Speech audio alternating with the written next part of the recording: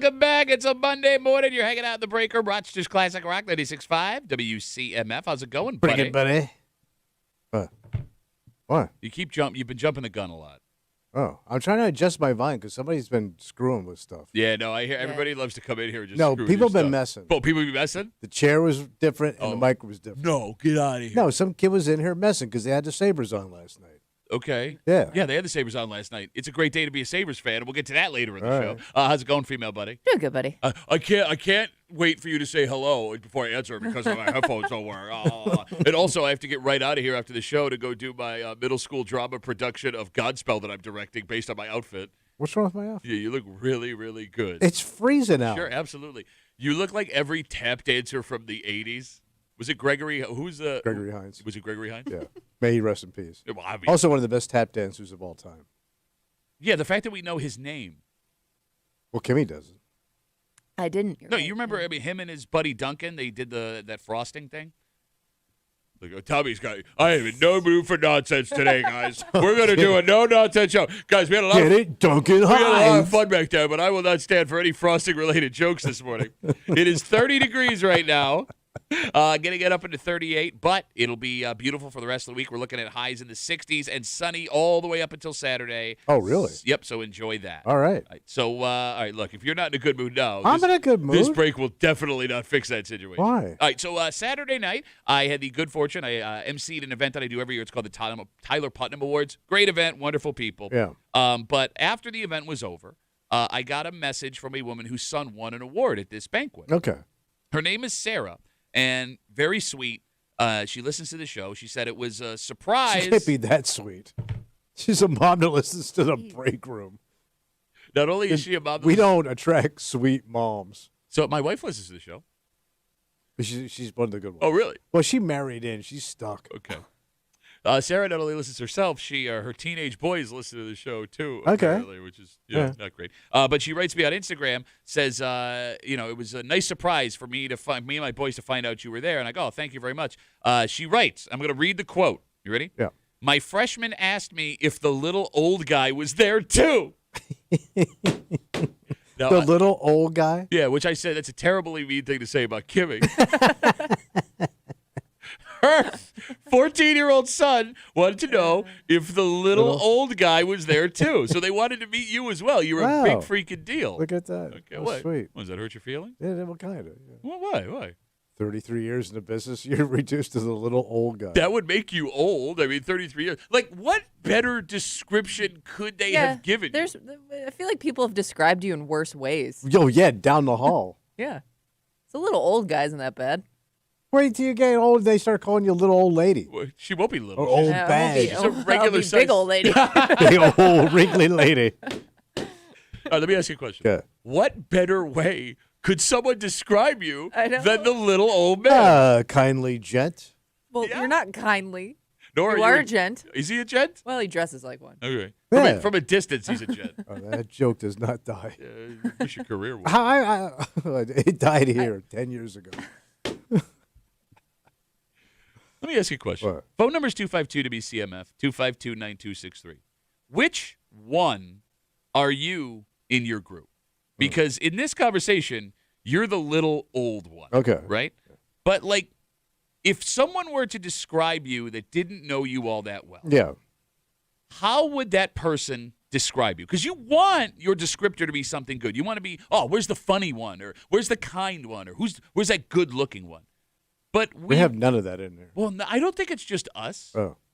Rarely does anybody use nice things to describe people they kind of know. Oh. Yeah. Because you describe the things that stick out. Exactly. And usually the things that stick out ain't good. Like, think of the people Yeah. that you know right now. 252-WCMF, 252-9263. When you are talking to someone else, how do you describe them? Because you are the worst with this. Yeah. You pick, Yeah. like, the worst traits somebody has. Or he'll pick, like, the most generic trait. It'd be like that guy with the brown hair.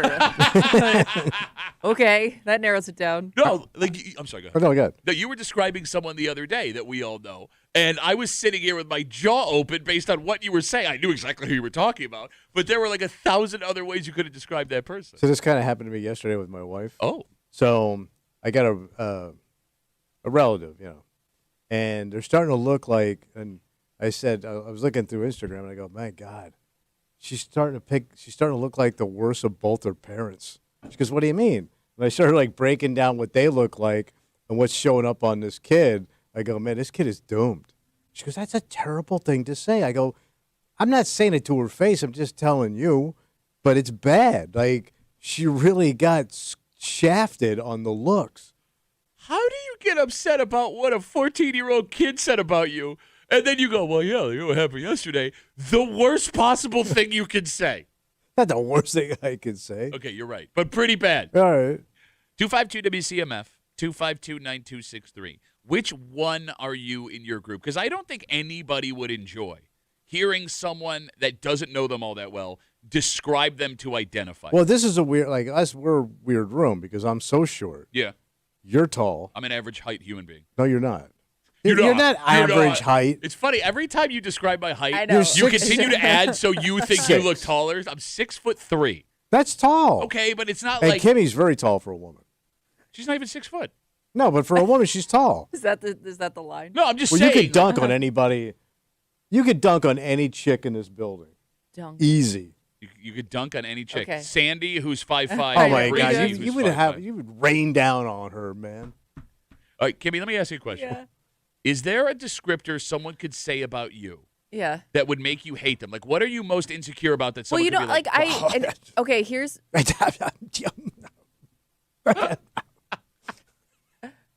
what a And lot of see. guys, especially Tommy's age, do, and I've heard my dad do it to girls that I'm like, Dad, nobody wants to be described as that, but he'll be like, she's a big girl. Not saying like big Heavy. as in heavy. He'll say like just like tall or just like a like a tall, large woman. Like he'll call Yeah. them like a big girl, and I'm like, nobody wants to be described as a big girl. girl walking down the street. Well, it's a big girl over there. Like, Dad, no, don't say big girl. I got yelled at for this a couple months ago. You know, my daughter plays hockey. Yeah. And there's a couple of girls on the team that are tall and, like, you know, athletic, right? Like, Yeah. you know, so Right. every once in a while, like when they're playing against smaller girls, they'll just lean on them and there's a penalty, and it's just because of the size Yeah. difference in the girls. So I said out loud with my wife sitting next to me, who's not a hockey person, I go, that's just a big girl penalty. She hits me. She goes, shut up. That does sound pretty nasty. But I didn't. It does. It sounds big girl bad. penalty. No, but that's a common phrase. Like, It that's is? I mean, I've heard Yeah, they it need to before. change that, No, man. look, I understand how it sounds out of context, Yeah. and I get why my wife was upset. But like, I was trying to defend myself. Like, no, I don't mean it like that. I mean Yeah. like the size difference between height. get and, it, I no, get you it. don't. No, you don't. I get it. I don't think you. Because do. like my dad's generation, they used something even worse. What's that? Because it meant like big and shapely, right? Buxom. Is Oh, buxom yeah. bad? It sounds I mean, bad. it sounds creepy. It sounds really Yeah, creepy. Like, yeah. oh, she's quite buxom. Look, I would never describe a woman as buxom, but I didn't think buxom was offensive. Well, they don't mean it. They mean big and shapely. Like Marilyn Monroe would be buxom. Oh, wait, she's buxom? I didn't think she was big enough to be buxom. Oh, yeah. I don't know. Oh, Maybe she- everybody has a different She'd bring the definition. buxom. She'd give you a big girl penalty, All right, and you'd appreciate it. Kimmy, Yeah. you being the only woman in the room, you're going to have to represent all women. If we were going to talk about descriptors that are either compliments or insults to women, if I called a woman curvy, is that an insult or a compliment? Oh, I think some women embrace curvy. But I shouldn't use it Out not loud? knowing. Well, I mean, like, I guess This is described. yeah. That sounds like it's she borderline. might describe herself as curvy, but it is weird. Like you say it, I don't know. It just depends on the person. What about thick? I was just thinking that one, man. There are some women Sister that might thickness? take that as a compliment too. I don't know. It's hard. It's hard because it depends on how you see yourself. Okay. You know, and there may be some people that don't see themselves as thick or curvy, but But thick doesn't sound good. I love thick. no, I'm all about thick, Thick son. can be Well, thick where's can be the a compliment. What's that? We're usually in the thigh and ass area. What up? All right. What's up, thick ladies? When does thick become not thick but like fat? Well, I guess there's When do you different- go thick to? Where's the fat line?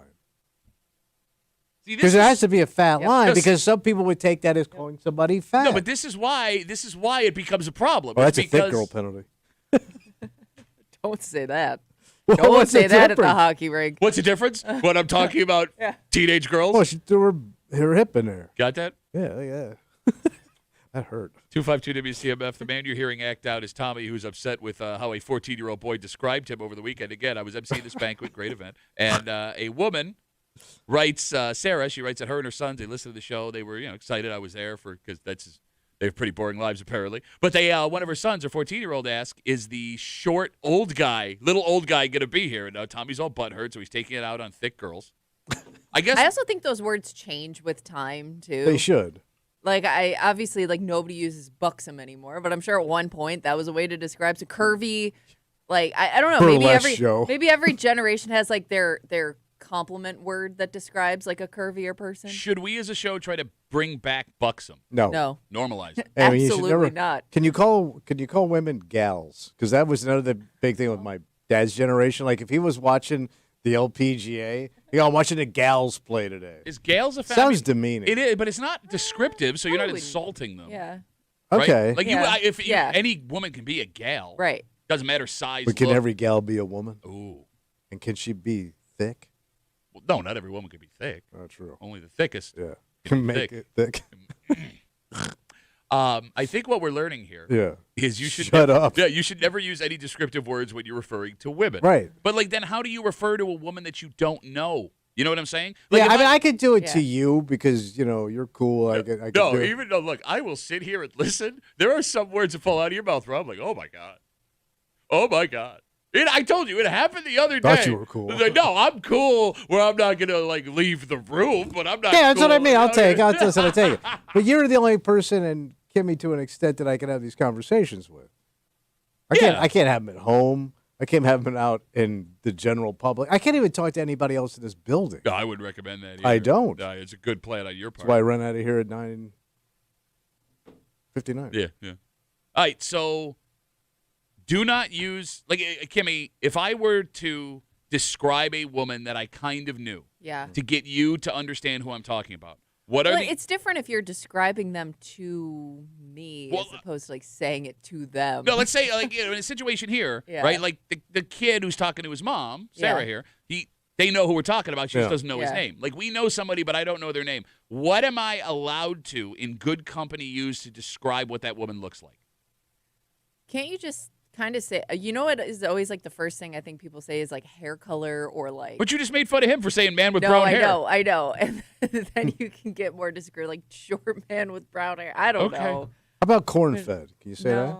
She's a big, healthy girl. She's corn-fed. It's funny, you keep using like terms for bigger women. Like, how would you describe a smaller woman? Yeah. Petite, cute little thing. Well, no, because but you can be thin and tall. Yeah, that's not petite. Kimmy's not thick. She's not petite. Regular size lady. She's a standard gal. She's a regular gal. Sturdy gal. Sturdy corn-fed gal.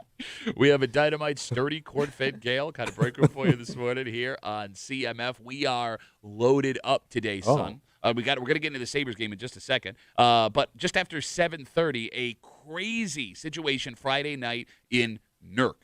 What happened? Well, it started with police attempting to pull someone over, and it ended with a 2-hour standoff inside a home. But the standoff inside the home did not happen in the home that the guy who ran away owned. Do you understand what I'm saying? Yeah. We're going to get into it and what this person inside the home did in a split decision to make sure they themselves were safe. And what, in that moment, because you would not have but a second to react, wow, the right move would be. That and a whole bunch more this morning here on CMF. But first, Tommy. Yeah, buddy. We waited 14 years for last night. Oh, thank God. And you are the only person this morning that is not crapping their pants over what we witnessed. I saw the result. If you missed it all if you just saw the result. Thank you. Thank you, Kimmy. The only way they could have won that game after all the time we waited was the way they did it last night. And we will get into it next here in the break room. I'll see you back.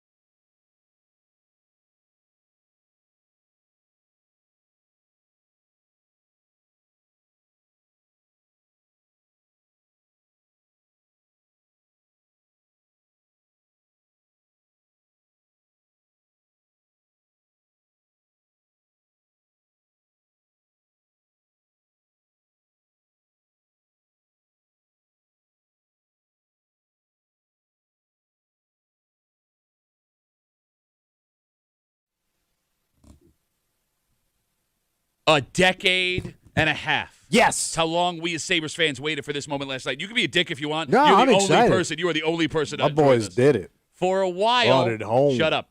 For a while, it seemed like all the energy that had pent up was going to be wasted last night.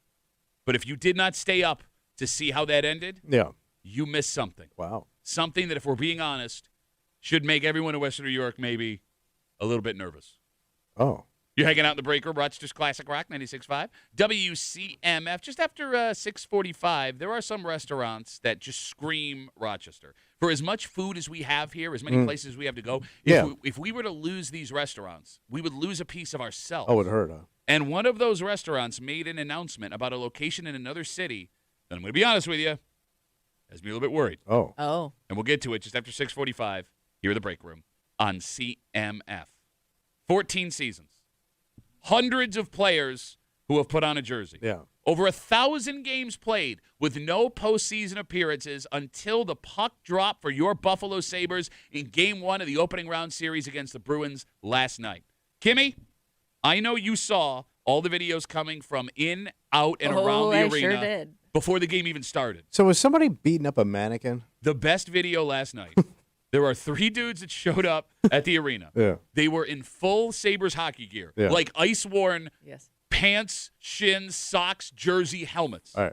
Full on head to toe. Somebody brought a dummy in a Bruins jersey. Yeah. A man in like a baseball helmet.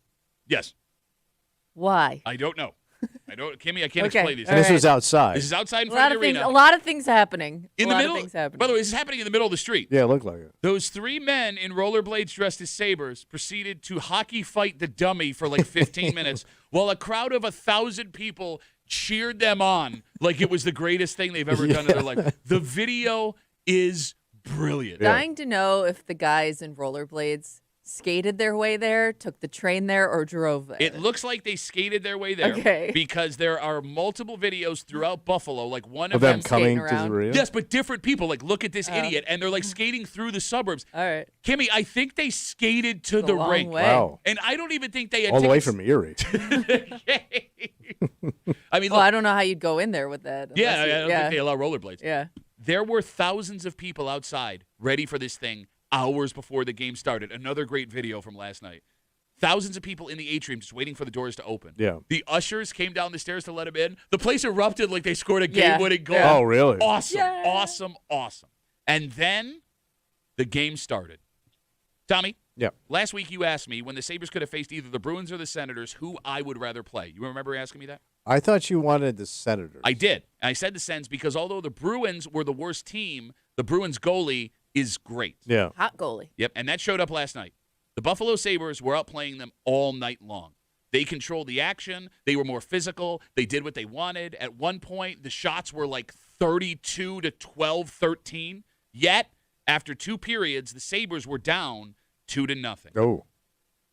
It started to feel like, at one point, last night just wasn't their night. Well, and even the broadcast did that thing that they do where they jinx the team that's winning because they will show all the sad fans in the stands and start to act like it's over. Well, all these people came out just for a disappointing game and no goals, and Sabres aren't putting on a show for their fans. No energy. Well, you're right. They're just like crushing everybody in the stands. Well, Kimmy, I felt that way. Like, it started to feel to me like, okay, we went all this time. So they're losing going into the third. They're losing halfway through the third. Yeah. Oh.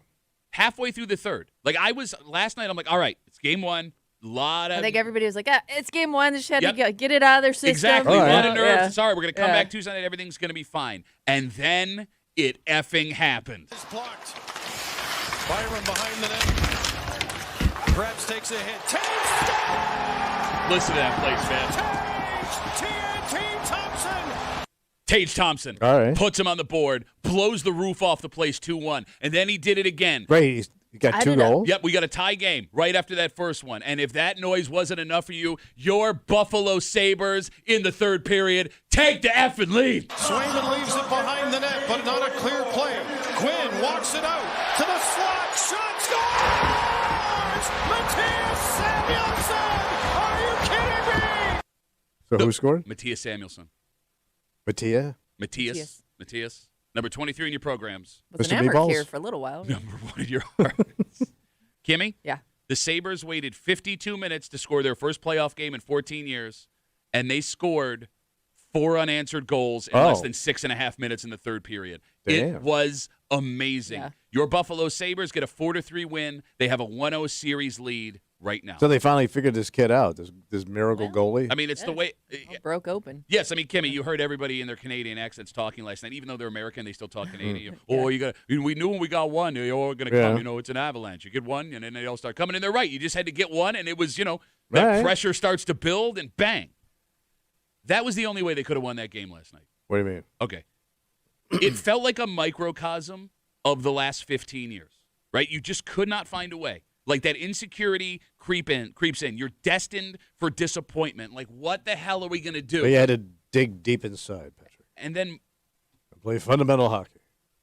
they were playing fundamental hockey the whole night. They were outplaying the Bruins like crazy. Just frustrating. All right, they finally wore the kid down. Well, but that was it, right? Like, you couldn't understand why it wasn't working. Just like for the last 14 years, you couldn't understand why it wasn't working. They spent money, they hired coaches, they did this, they did that. Good draft picks. Just wasn't working. And then out of nowhere, much like this season, when it was totally unexpected, bang, it happens. And then it happens again, and then it happens again, and then it happens again. Like, last night's game was the last 14, 15 years in a nutshell. And it was amazing.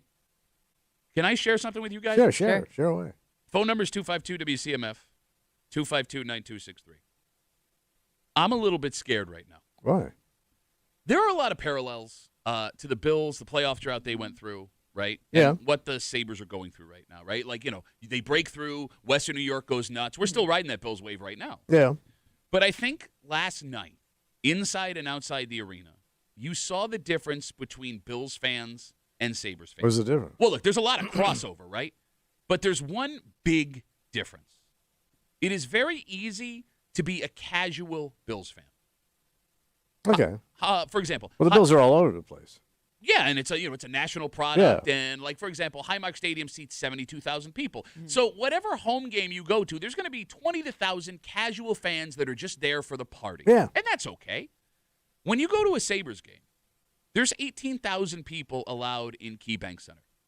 18,000 of the most insane, hockey-loving, ravenous sons of bitches you've ever seen. So these are pure hockey fans. Like, not just, that's it. They live for this. Yeah. They live You're for gonna this. beat up a mannequin on Main Street, and you're a dad. Wow, wow, wow, wow, wow, Down on Main Street. wow, wow, wow. Embarrass the family on Main Street. And if the 18,000 in the arena wasn't enough, there's another 7,000 on the shores of Lake Erie. Just hanging out. Standing, watching the game on a giant screen with no shirts and on. by the way, the weather had to be terrible because it was sucked here. It didn't keep them from taking their shirts off, I'll tell you that. You wouldn't Probably argue, do without that. I would argue it's way easier to be a casual Sabres fan than a Bills fan. You think so? Yeah, because I bet you there were a lot of people there watching hockey for the first time. But that's what I mean. You watch football. Football is easy to understand. There's a lot of nuances, but if you've never watched football before, it's a pretty simple game. But if you understand it, you get more into it than if you're like, I don't really know what's going on here, but this is fun. Okay. Look, I don't know. I guess I could be wrong. What I saw last night, and I think what we've forgotten about, at least if you're not a diehard hockey fan, because the Sabres haven't made the playoffs in so long, last night was game 1. Yeah. And they were ready to burn everything down after that win. What the hell happens if the Sabres go on a run? Because I am excited and I am terrified all at the same time. Because I'll be honest, even me within myself, I don't know what I'm capable of. Oh. If the Sabres go on a run here. Because I was ready to smash every window in my house last night when Alex Tuck buried that empty especially net. if they're going to win in the way they've been winning. I mean, you're gonna make us wait till the end and then stage this amazing comeback. To your point, Bill writes us on Instagram, Duffy on WCMF. He says, is there a reason why both Buffalo teams feel the need to give us a heart attack seriously. at the end of games? I mean, but if it was can't just win with can't just have a casual win. But it wouldn't have been as great if they didn't do it the way they did it. But these playoffs go on forever. Yes. I mean, months. It's 2 weeks per series. On Wait, average. 2 weeks per series? On average, yeah. So the Stanley Cup could be at the end of June. Yeah, but the middle of June is usually when it wraps up. Yeah, middle to end of June. Yeah. That's why most Sabres fans if you are a casual Sabres fan, You forget hockey extends that long because chances are you tune out the second the season's over. Yeah, I mean, the Sabres haven't gone on a deep playoff run since 06, 07, so it's been 20 years. So you could be really exhausted by the end of this. That's what I'm saying. Like, this is why I'm afraid for this fan base. I'm afraid for myself. I don't, well, what are we going to do? It's going to be fun. Well, I mean, look, you're right. But I do want everyone to keep in mind, and I had this realization last night as I'm jumping up and down around my house. Yeah. We haven't done this in so long. Just, stretch before the game starts. So who's worse? A crazy Bills fan or a crazy Sabres fan? When you say worse. Worse. What you mean? Yeah, you don't want to be around that guy. You know that guy. Everybody knows that guy. I would argue if you are not a diehard hockey fan, you don't want to be around a Sabres fan during the game because, hockey fans are way more superstitious. Hockey fans that watch hockey probably know the game better than the average football fan that watches football. Yeah. And you don't want to say anything negative about their team. Okay. So stay away from Sabres. Well, no, because I mean, it's also me personally. It's you, yes, absolutely. Yeah. I would stay away from everybody if I were you. Lock yourself in a hole. So we had a kid that used to work here. He was a production guy behind the scenes. That he wore, his name was Joe House, but it came across as Joke House. Okay. And he wore a different, I'm not making this up, bro. During hockey season, he would wear a different jersey every day. Every day. He had them from like all over the goddamn world. And the kid didn't even make that much money. But I don't even know what he spent on this You're stuff. describing Pat. No, it goes deeper. When I say different, I'm talking like from teams all over the world. Yeah. Yeah. He has that. I'm the only one that owns an Ireland national jersy. He may own the No, one I'm the he's only got one in it. America. He's that's what taking they call offense to this. If anybody sees Joke House today, ask him. But like it used to blow me away. I go, this kid's Wait, nuts. that blew you away, but not all the stuff Pat wears on a daily basis that you don't Well, he understand. I will say, but this is before I met Pat, and I got him drunk at 15. We developed a nice relationship. I never knew anybody that weird. That's not weird. Oh, It's that's passion. strange, man. It's passion. This guy had like Russian stuff. I and got Russian. Czech stuff. A lot of people have this stuff, man. I know. You think it's weird all you want. A lot of people have this stuff. I thought he was a commie when I first met him. Legit. It's funny you say that. I have a lot of Russian jerseys that I don't feel comfortable wearing right now. Yeah, I would Yeah. pull those back a little bit. Get what I'm saying? All right. Again, your Buffalo Sabres, a 4-3 win over the Come Boston on. Bruins last night, down 2-0 until 8 minutes left in the third period. They scored 4 unanswered goals in 6.5 minutes. I mean, you heard the one that took the lead. They were announcing the goal before it over the loudspeaker when Samuelson buries it in the back of the net. And again, like, that's just game one. Yeah. They need 16 of those to win a Stanley Cup. Damn. And we got to do it all again. All of that fear and excitement and every emotion you felt watching that game last night, we roll it back. We do it again tomorrow night, 7:30 puck drop live here on CMF. And by the way, What's that? it is the ultimate sports week. All right, what else? Well, the NFL draft starts Thursday night. Oh. The stars have aligned, my friend, because I will be at the Bill Gray's Tap Room in Shiloh for the draft from 7 to 9 p.m., which also just so happens to coincide with Game 3, Sabres-Bruins. Oh, my God. Thursday night, first one in Boston. So we got 12 wings for $12, $3 Jenny Light pints, Bud Light draft specials at the Bill Gray's Tap Room in Shiloh. We'll be there for the draft. Local doofus. Sabres game will be on. Let's go. Come Let's effing go. But first, Wait, there's more? let's take a break. Okay. And don't forget to stretch. Rochester is an amazing food town. Oh, yeah. Not just for the quality of food we have, but the quantity. Like, you can get anything you want 5 different ways. We talked about this last week. Yet there is something going on with a restaurant that is beloved here out of town Yeah. that if you saw this story, maybe it made you a little bit nervous. Because I would argue there are like 5 to 10 restaurants in Rochester that if we lost them, we would be worse off as a community. And I think this might be top 3. Oh. And we'll get into it next here in the break room. On CMF.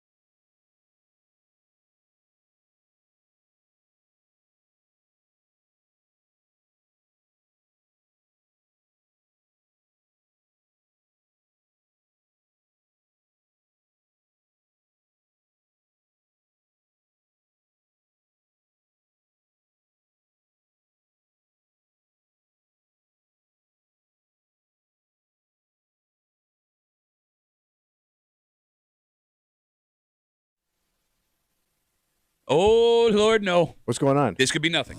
This could be nothing. All right. Just a restaurant deciding that this many locations, too many locations, this location not making the money they need. All right, so it kind of overextended. Yeah, maybe. We don't need it. We don't All need right. it. This could also be the beginning of something we as Rochesterians do not want.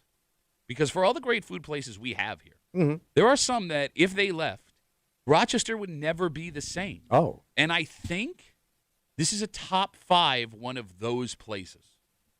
You're hanging out in the break room, Rochester's Classic Rock 96.5, WCMF, just after 7 o'clock this morning. Yeah.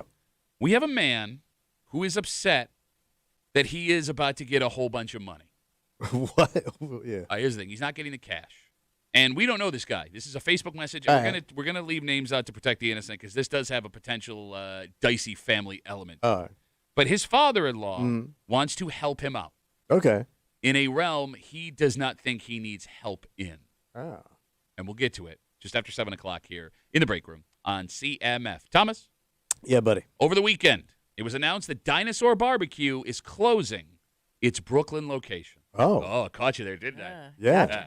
Because they won like huge awards in New York City. They did. For like the best barbecue in the city. Yeah, no, Kimmy, remember when they won the huge award in New York City No, for the best they won barbecue? that- Welcome to the huge awards, doing the thing with the Wait, Billy barbecue. Crystal was hosting? I'm over here and I'm doing this thing. Now I'm over here. Are they still in Harlem? I don't know. Brooklyn. Oh. It was.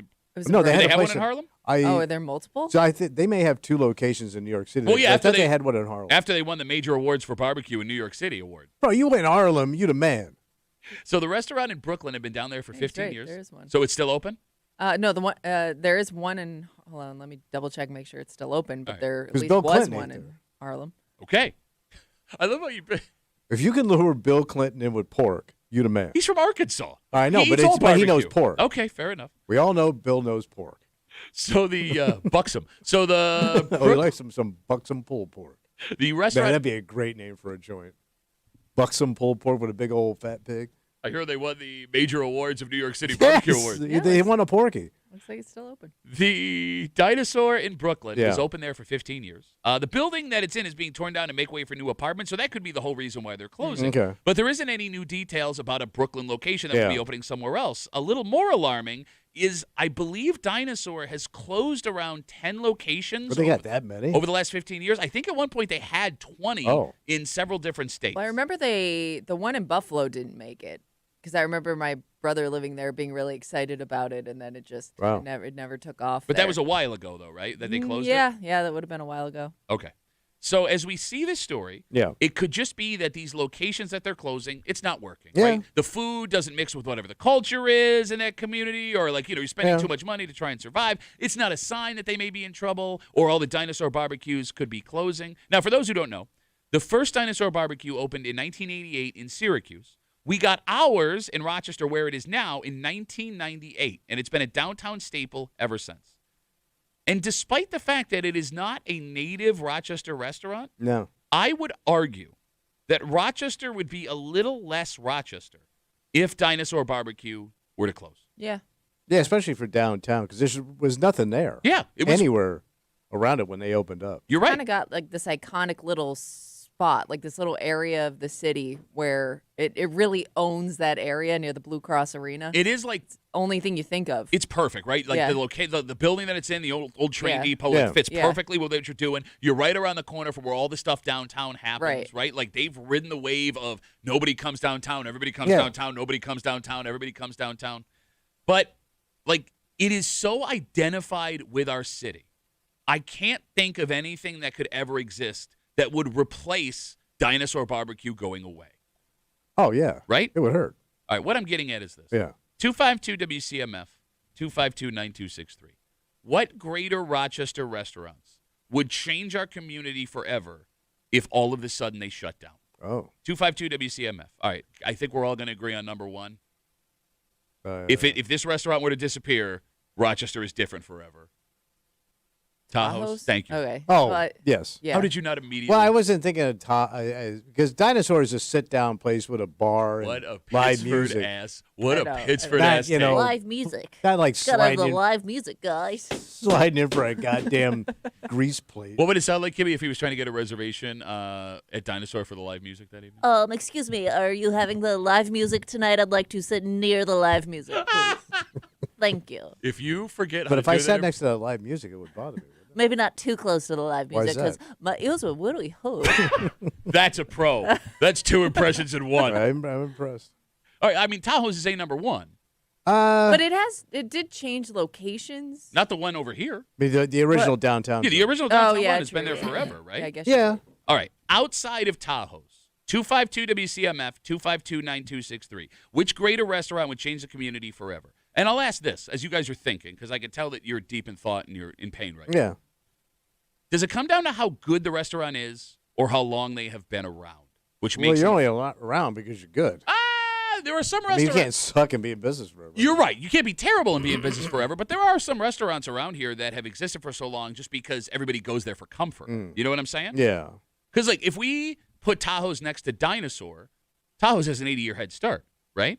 Yeah. But if we were to put them closer together, like they open on the same year, like which one means more to the community, Dinosaur BBQ or Nick Tahoe's? Well, I'm thinking of a summer like staple is Abbott's. Okay, good call. Like Abbott's is like But they don't have sit down, and the only live music you get is when the Beatle used to show up and play his acoustic guitar. yeah, once in a while. Yeah. But I would say Abbott's is a summer tradition. Okay. Like going up to Abbott's after dinner and getting a cup. I agree with you, and that place has been around for 120 years? Oh, yeah. Down by the lake there. I mean, Lincoln had a cup.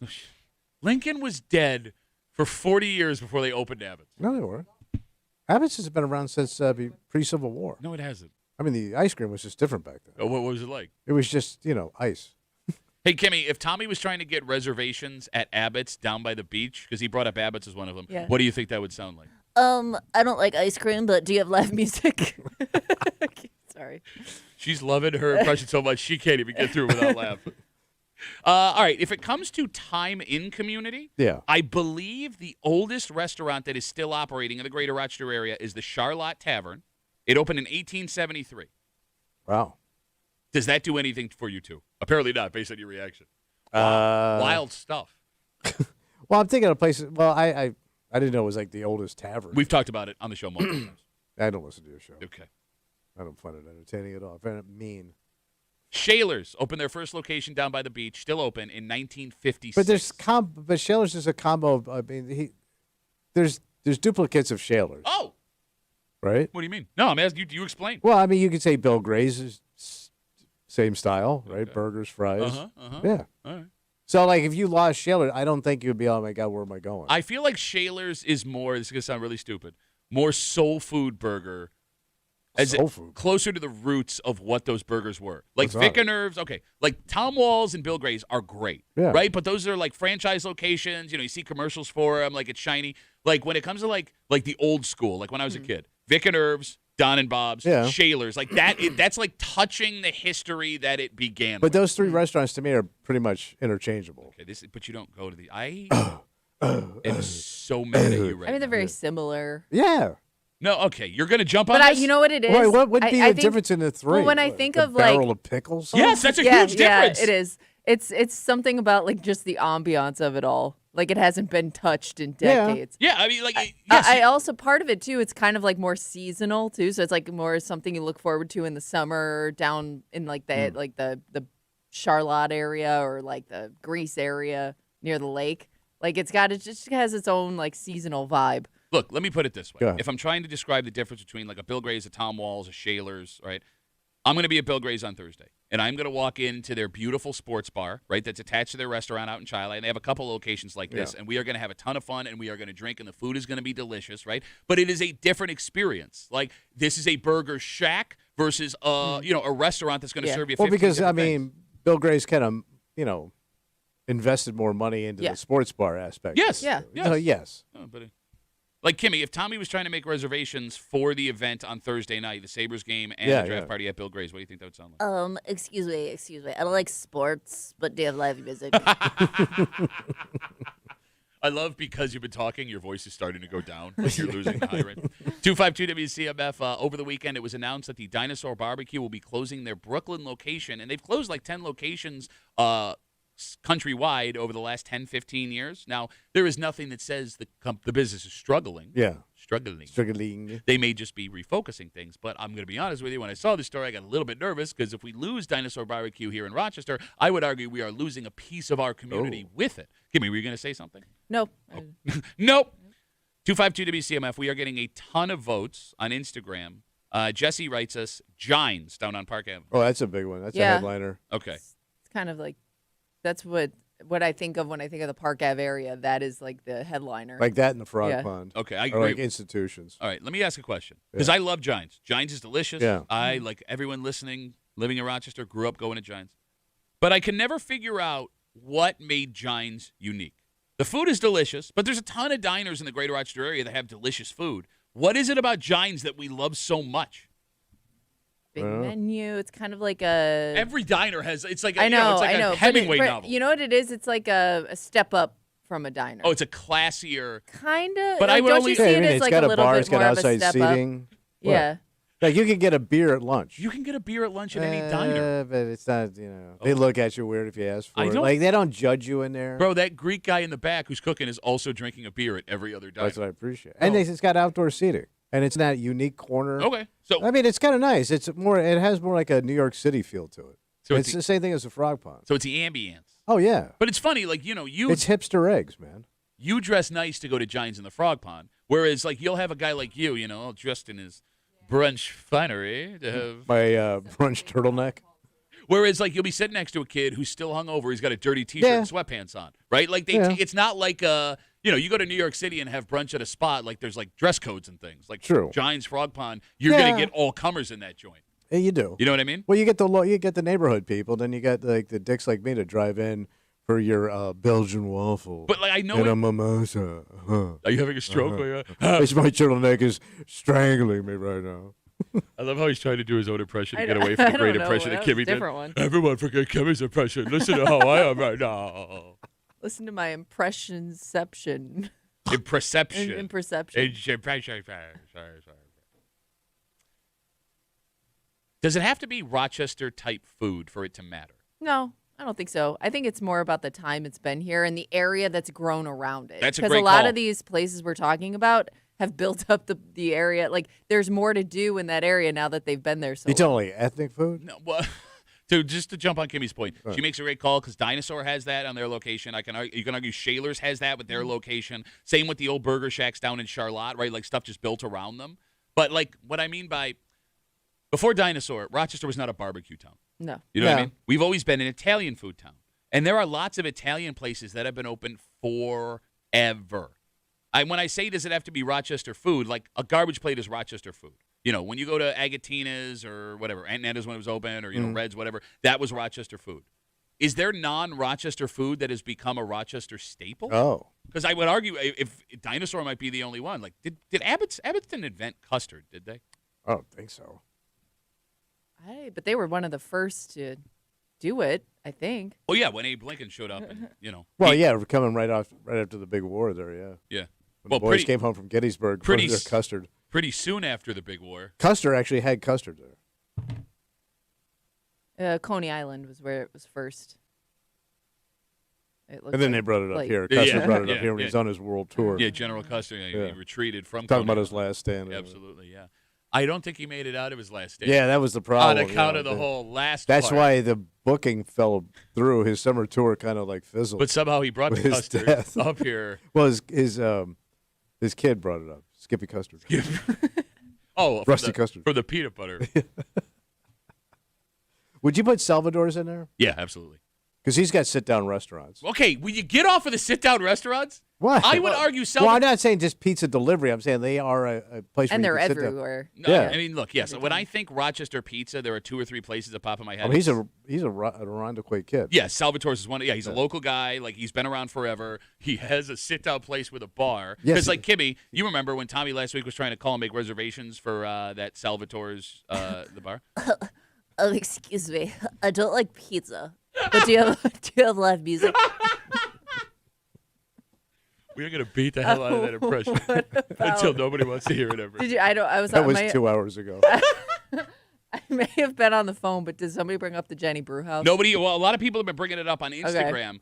Because it's relatively Well, it's new. It's the newest of all the ones we've been discussing. But it is. But see, I would put iconic. Shamrock Jack's up there. Oh, that's a good one too. Because that's a real authentic Irish pub to me. No, I agree with you. I agree with you 100%. Got a ton of history in there. Yeah. All right. Here, you get a choice. You can lose Jenny Brewhouse, or you can lose Shamrock Jack's. Which one hurts Rochester more? Culturally. I would think deeper roots is it's going to be Shamrock Jack's. Okay. Kimmy, would you agree there? Yeah, probably. But here's the thing. Yeah, I love that area. I love Shamrock Jack's, but you brought it up. It's that area. Like, people in Irondequoit, that it's an institution. Yeah. I live out in West Henrietta. I will drive go. all the way out there two times a year just to Yeah. have it. But what I'm saying is, I don't know how many people in Rochester understand how great Shamrock Jack's is. I would argue more people have been to the Jenny Brewhouse. More people identify that as a Rochester institution. You get what I'm saying? Yeah. Even though Shamrock Jack's, they were doing the, if I'm not mistaken, Jameson tree before the Jenny Brewhouse did the keg tree. Probably. Which, you bring up Shamrock Jack's. You think the keg tree is the stupidest thing in the world. You got nothing to say about the Jameson tree? Well, I support Jameson. Yeah. And the Irish culture. Sure. Kimmy, remember when Tommy was trying to figure out when they were going to put the Jameson tree up, and he called Shamrock Jack's to ask when he should be there? Oh, excuse me. I don't really drink beer, but do you have live music? He's so bad right now. I don't even sound like that. There is a gentleman who is about to come into a lot of money. Oh. But it's not cash. And the money he is getting is to improve something in his life. Okay. Something that he was unaware anyone else thought needed improving. You are going to hear from a man. We're going to remove names because this has the potential for family drama to explode, which is funny because he's like, please talk about this, just remove my name. It's a pretty unique situation. If anyone's listening, they're going to know who you are. Yeah. A man who wants to say no to 6 figures. Wait. Out of pride. That's insane. I'm going to let you hear This him. a local dude? Yeah, we got a Facebook message from the guy. $100,000. Bro, I will read you what he wrote us before you react. I don't care what the hell it is. We'll take a commercial break. You can call and make a reservation wherever you're going to make one. Okay. What would that sound like, though? Well, I don't know. Where do you want to go? I don't know. Maybe Shamrock Jack. You are going back to Shamrock Jackson? No, you know, what's that Jenny Brewhouse? Oh, you're going to Jenny Brewhouse? So, like, if you wanted to, like, get a reservation I would love one. at the Jenny Brewhouse for this weekend? Oh, excuse me. I don't eat food, but do you have live music? We will get Tommy's reservation, and we'll read you this Facebook message next here in the break room on CMF.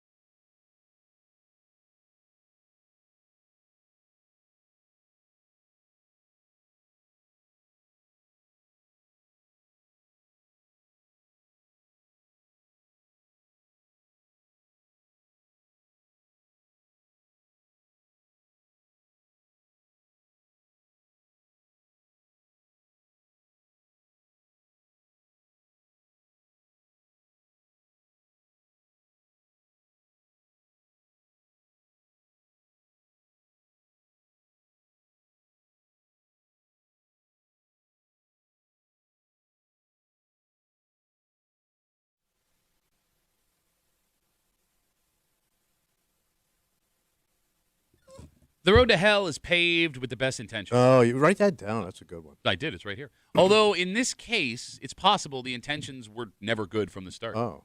Because best case scenario here, this is a misunderstanding that comes from a good deed. Worst case, this is a way for a man with money to shame the hell out of a guy who he has a problem with. Oh. You're hanging out in the break room. Rochester's Classic Rock 96.5. WCMF just after 7:25, 7:30. You know, we all like to think that we would know what to do in an emergency in our house because we have nothing but time to sit around and play out these scenarios in our head. Okay. You've never thought of this scenario. And this person out in Newark, after what started with a traffic stop, had literally a millisecond to decide what they were going to do when all of a sudden their home became the scene of said crime. And we will get to it just after 7:25, 7:30 here in the break room on CMF. Tommy? Yeah. We have a Facebook message in front of us this morning from a man who has what might be described as a good problem. He is being offered something amazing, but it might be at the expense of his manhood. His manhood? His manhood. And he is begging us to talk about this. Look, I told him up front, I feel uncomfortable. He goes, no, just leave my name out and we'll be fine. All right? So, with that being said, this gentleman writes us. What do you say? Quote, my father-in-law just came into a lot of money. He went to my wife and I and said he would like to help us fix up our house. But I didn't know our house needed fixing up.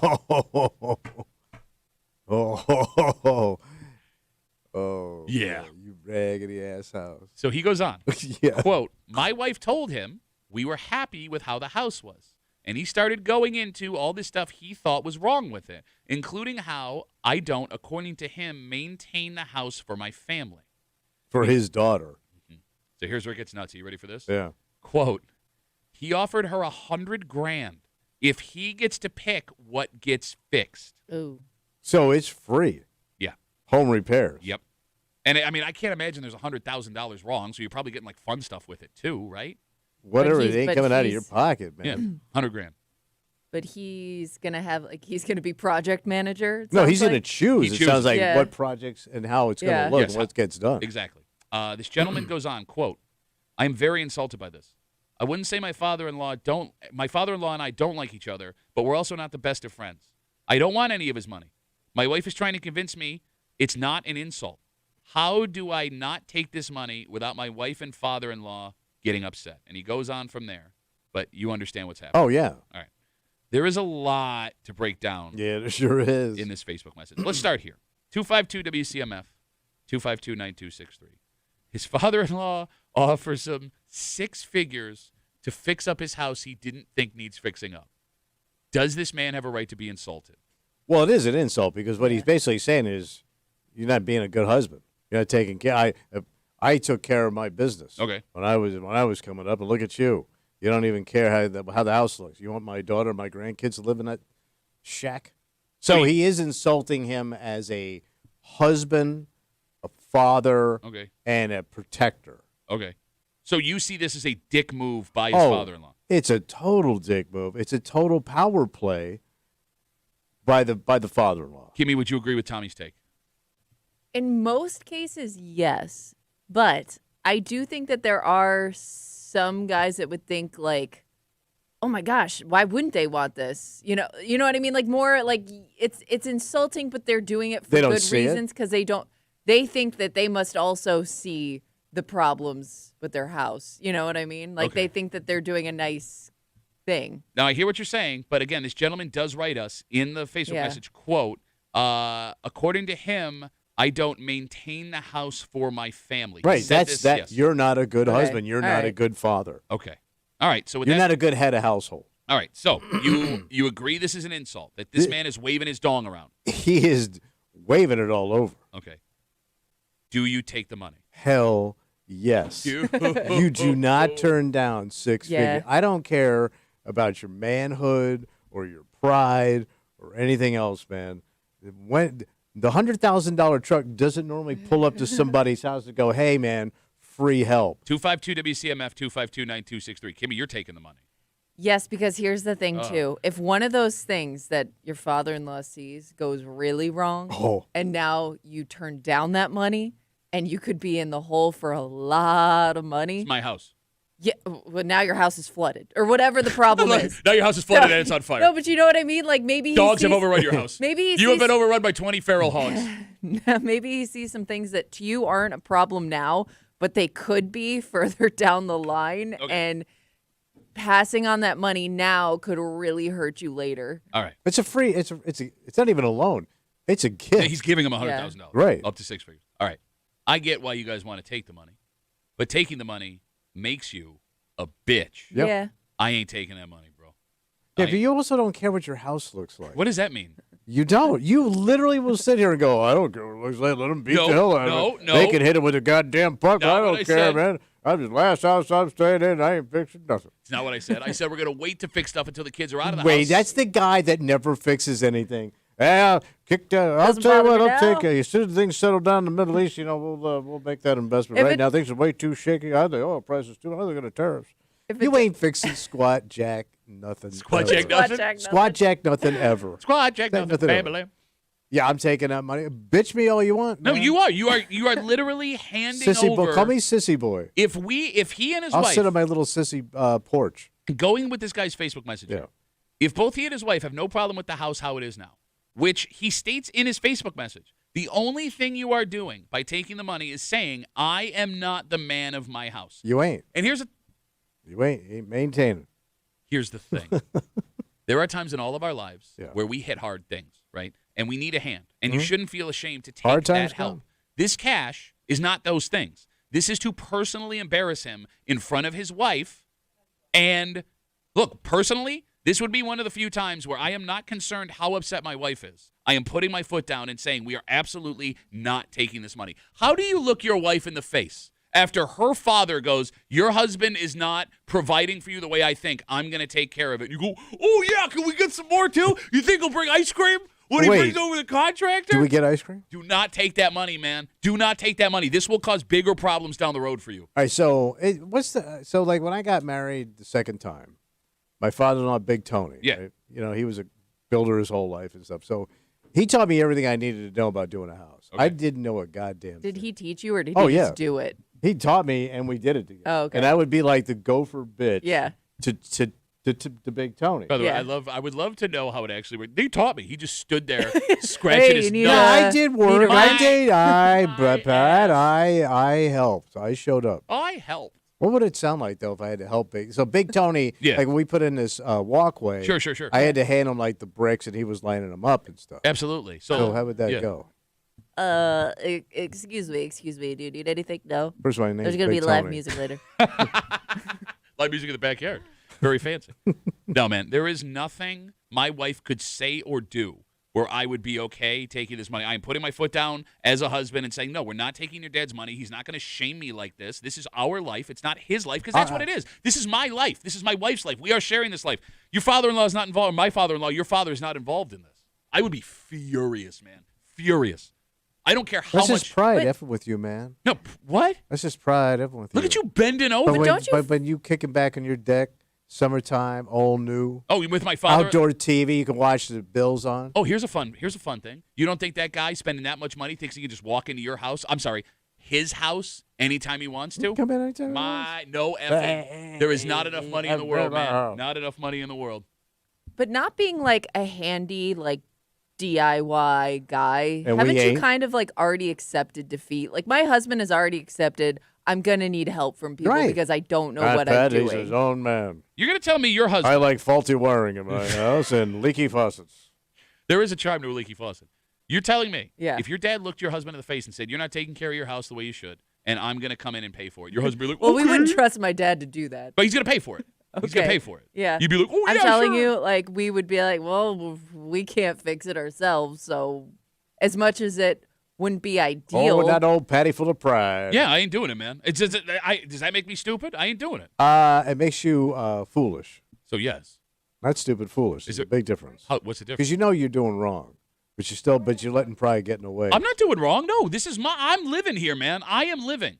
Everybody lives there. You're not the only one who lives there. Your children live there. Okay. Your wife lives there. Oh, you're going to play that card. What if she wants to bring clients over? Clients for what? High-end medical people. To my house? Yeah, you host all these big Would you like? We don't host big shindigs. You got the shindigs. We have dinners with bro. their friends. What do you think? Hey, would you like me to be your You've dermatologist? never entertained doctors at your house? Well, yeah, but they're not. It's Those not are like high-end a client people. thing. She doesn't have like patients. Would you like to be my patient? Well, let me show you my home first to make sure that you. 252 WCMF Facebook message. Guy who asked us to not say his name, which is funny because it's a pretty unique situation. Oh, you ain't. If you know the guy, you're gonna know what's going on here. Long story short, says his father-in-law just came into a lot of money. I would love to share how he got that money too, but that would really identify what happened here. Long story short, his father-in-law went to his wife and said, I would like to fix up your house, which was shock to him and his wife because they didn't think their house needed fixing. He offered them $100,000 as long as the father-in-law got to pick what got fixed. This guy is very insulted by this. He doesn't want the money. His wife is trying to tell him we need to take the money for a whole bunch of different reasons. He wants to know how to not take the money without his wife and father-in-law like causing a war. You're saying, take the money. Take the money and problem solved. Because, I mean, first of all, this is every father-in-law walks into your baby's house. You find things wrong. Every dad does this.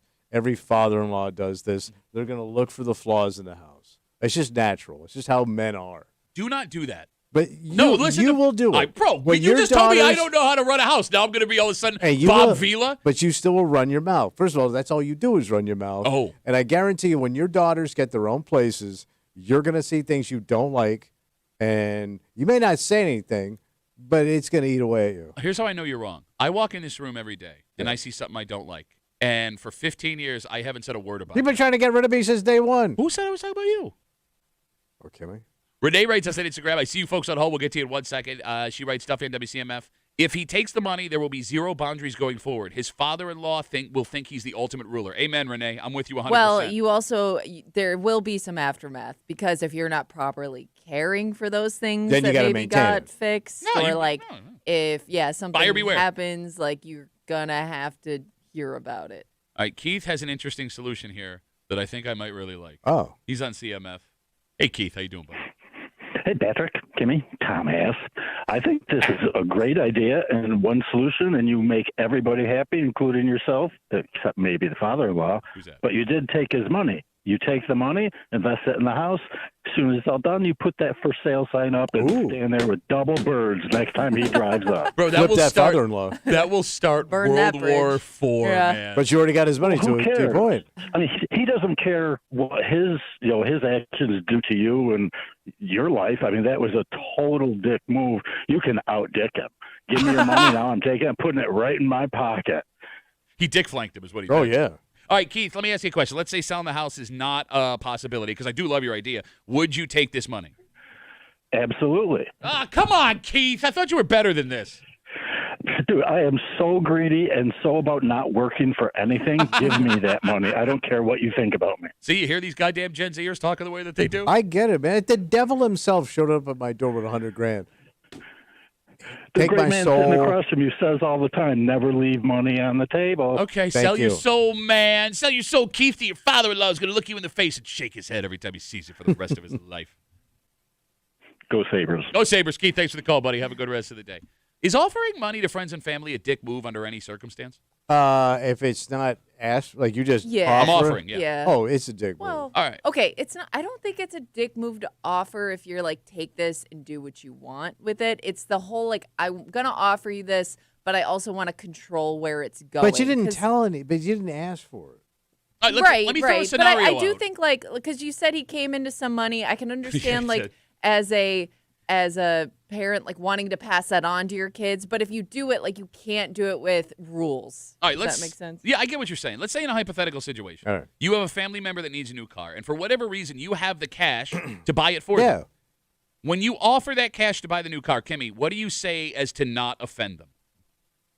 Well, you could give them the cash and hope that that's what they're going to put it towards. You're going to tell me, let's say you hand someone $10,000 to buy, a nice used car, Yeah. whatever, right? Yeah. If they take that money and go on vacation, I mean, it's a gift. You're giving that person cash as a gift. You can't give it to them and like force them to spend it on something. Because if that's the case, then don't bother giving it to them. But then you just wasted your money because Yeah. you didn't get the car Well, that's what I'm saying. Then don't give them the. If you don't think that that's what they're going to use it for, then and it's going to bother you to know that they spend it elsewhere, then just don't give them the money. Rita writes us on Instagram, going back to the initial situation we're talking about here. She says, you're believing him that the house doesn't need work. Maybe it's run down, but her profile is a picture of her really, really nice kitchen, so I think we know where she stands there. Yeah. I mean, but again, run down is a subjective term. No, run down is run down, bro. You know when something's raggedy and beat up. No, man. I like the fact if you're offering $100,000, there's some big problems. No, not necessarily, Kimmy. Look, I like the fact that my house is lived in. It feels comfortable when you walk in. Run down. What? No, that's not the national anthem of run down. It looks lived in. What? Bro, you and your wife, your wife keeps a beautiful home. A beautiful home. Everything about it is perfect. Yeah. Whenever I go to your place, I get nervous that I'm going to step on something, break something, mark something. I get anxiety. He gets nervous he's going to put a hole in the wall somewhere. Your husband gets nervous about the chairs like I do. Does he not? He's going to break a chair? Yeah. But like, I wouldn't. He's not shooting. Well, you boys have buxom thighs. We learned that was offensive, and we're not saying that anymore. But he's afraid of chairs wherever he goes, not just our house. I am terrified when I go to your house that I will accidentally scuff a wall with my shoe or do something. What are you kicking the walls for? Because you'll stop running your mouth. Like, you don't have that anxiety going into someone's really nice place? No, I try to be nice when I go to somebody's house. I try to be nice. Yeah, I try to be nice, too. Accidents happen. I do not fear breaking things in people's homes. Yeah, I don't think my ass is going to crush the furniture, man. Well, yeah, because you got a tiny ass. Spilling something, maybe. Maybe if, like, I'm eating or drinking, that would be my fear, spilling something. Bro, I do worry about spilling. Yeah. I watched you melt down on a guy for trying to kill a mosquito in your house. I just painted the goddamn walls. All right. $2,000 I put in that house. Got it out. And I didn't have it. Bro, that was drinking money I had to put into paint. Scott, right, you could have just drank the paint and could have solved at least all of our inhaled problems. Scott writes in the script, Duffy at WCMF. Duffy is 100% right. Damn right. Never take money from family. It'll cause problems the rest of your life. Dad will always want to run your life from now on. Well, let me ask you a question. Sure. So you've described your childhood home as a disaster. It's fallen apart. Mm-hmm. Not kept up. Yes.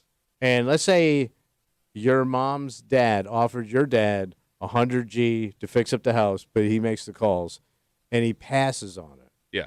You would have been pissed, man. If you would have had that house upgraded nice, fixed the hole, give you a second bathroom so you all could exist without smelling each other's ass. Who the hell wouldn't take that, man? You could have watched porno not in the kitchen. No, I still would have had kitchen porn. It just does it for me. I don't know why. Yeah, well, you're right next to the shower. It was a weird. I got Cheeto dust on my penis. But you wouldn't be pissed off?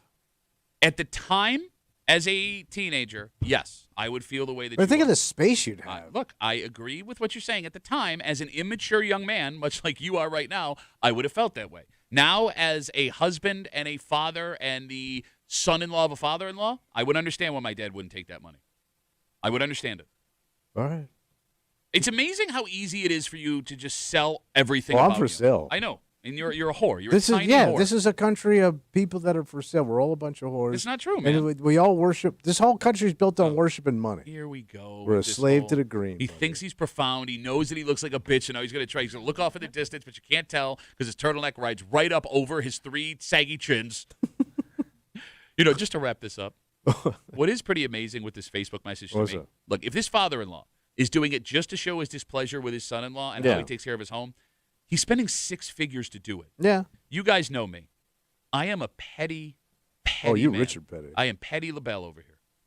But there is not an amount of money that I could fall into where I'd be willing to spend $100,000 just to embarrass someone. Oh, that's I what ain't this giving is. it at all. No, but that's what I mean. Like, think of the level of petty of this father-in-law. Yeah. And I know your argument is he's doing it for his grandkids, maybe. I don't even know if this guy has kids, or his daughter, whatever, right? But part of it is I'm going to show this guy who's got the biggest dong in his family. Oh, yeah. And, like, that is a level of petty that I did not think existed on this planet. If you want to give me $100,000, have your dong. Enjoy your long dong.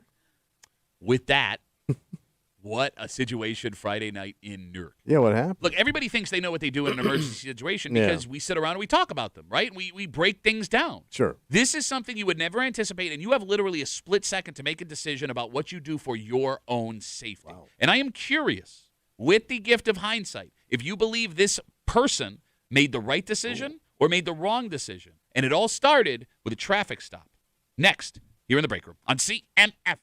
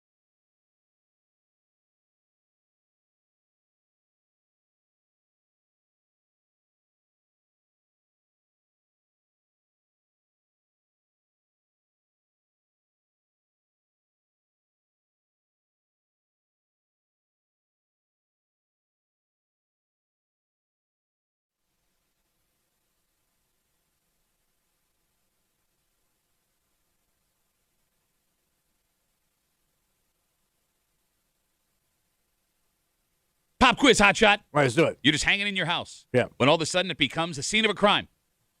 Crime you had nothing to do with. Yeah. You got to think fast. Make a decision that could mean safety or danger, maybe even death. Death. It could also mean your decision could also decide whether or not your stuff gets taken or destroyed. What do you do? What do you do? You hanging out in the break room, Rochester's Classic Rock 96.5, WCMF. We'll jump right into it. The story happened. Actually, you know what? We won't. We're going to take a second here because we got something to give you. Oh, what am I going to get? Well, you can log on to WCMF.com and for your chance to win a pair of tickets to see John Anderson and the Band Geeks Kodak Center Sunday, April 26th. Tickets are on sale right now at at Ticketmaster.com. Now we'll jump right into it. This story happened in Newark on Friday night, and it all started with a traffic stop. Police attempted to pull over a car just after 7 p.m. in the village of Newark when the driver took off. Police say there was a brief chase before the three folks in the vehicle got out and started running. And one of them had a very interesting escape plan. What do you do? They ran into a nearby house. Just into a house. Into a house. Into any house. You got it. It was just a random Friday house. night. Yep, you got it. Inside that home, there was one resident who immediately ran out of the house. Okay, smart move. Now, that person was not hurt, thank God.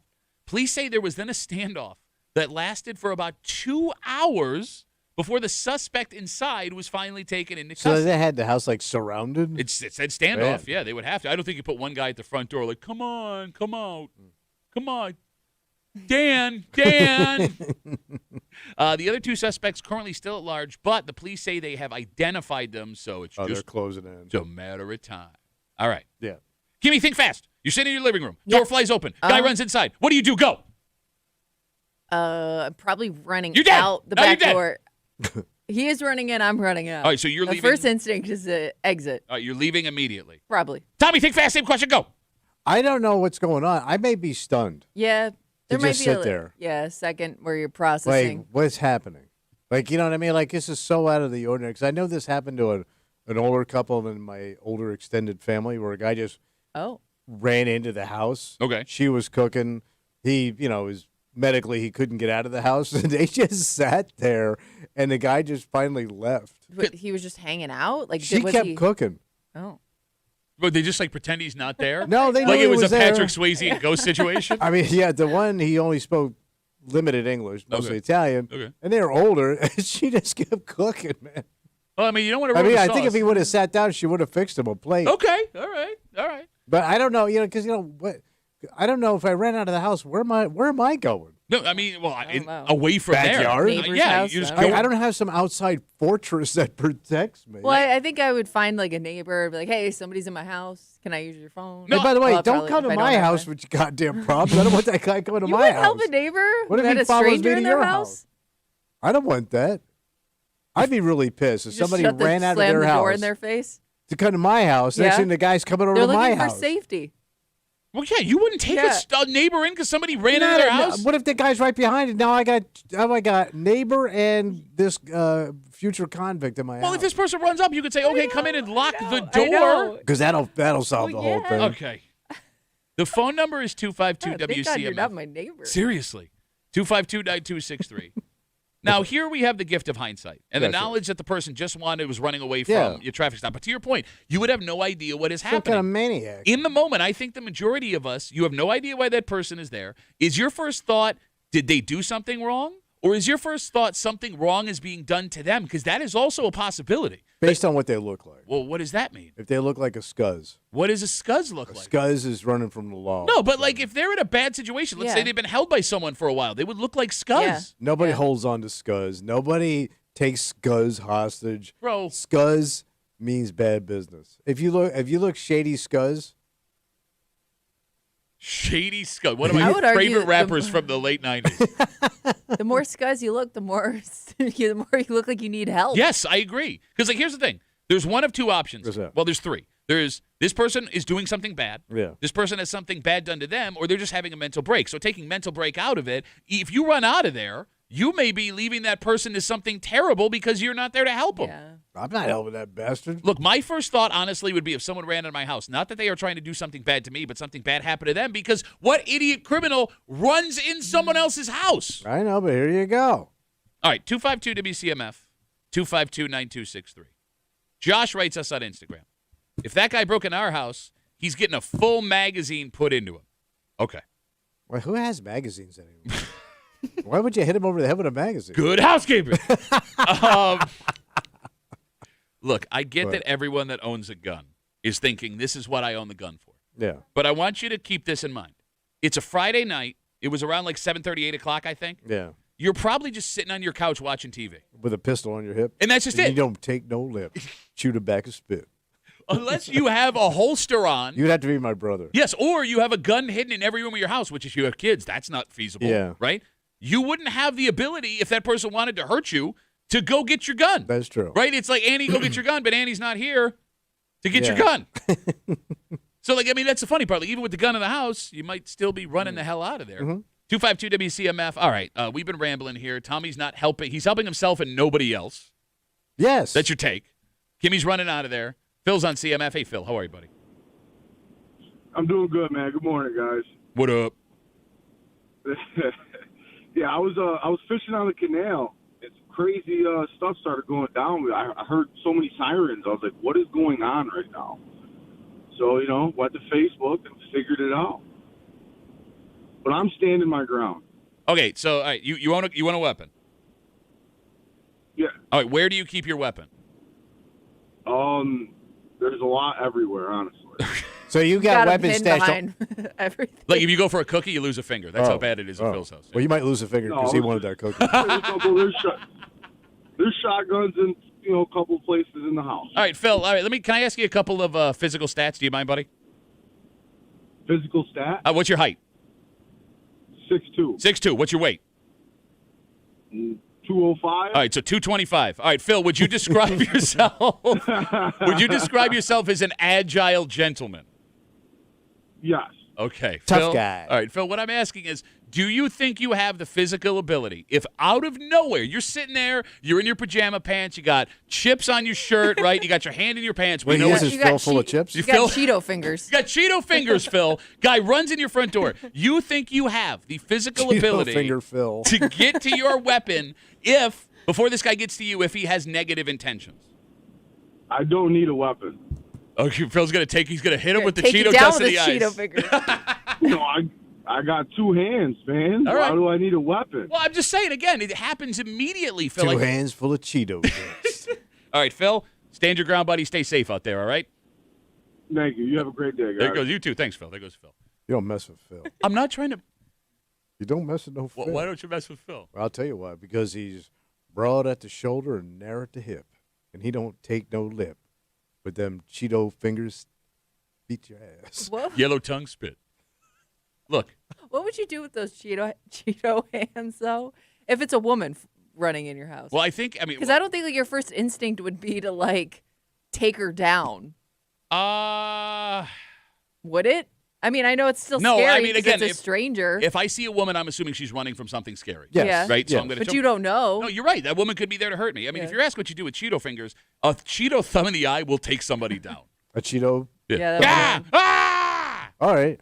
252 WCMF. We're talking about this incident that happened in Newark Friday night. Started with a traffic stop around 7 p.m. in the village. Police tried to pull over a car with 3 people. That car took off. The 3 folks in the vehicle took off running. One of those people ran into a nearby home. The person the home had 1 resident inside. That person ran out. It led to a 2-hour standoff. And everyone's saying, yeah, come to my house, I'll shoot you. Come to my house, I'll kick your ass. But again, you would have no idea. There is no way you could anticipate your door flying open and the stranger running in. And when I talk to Phil, when we're having this discussion about the physical and the traits and everything, I'm not trying to bitch shame anybody, right? Like, I'm 6'3".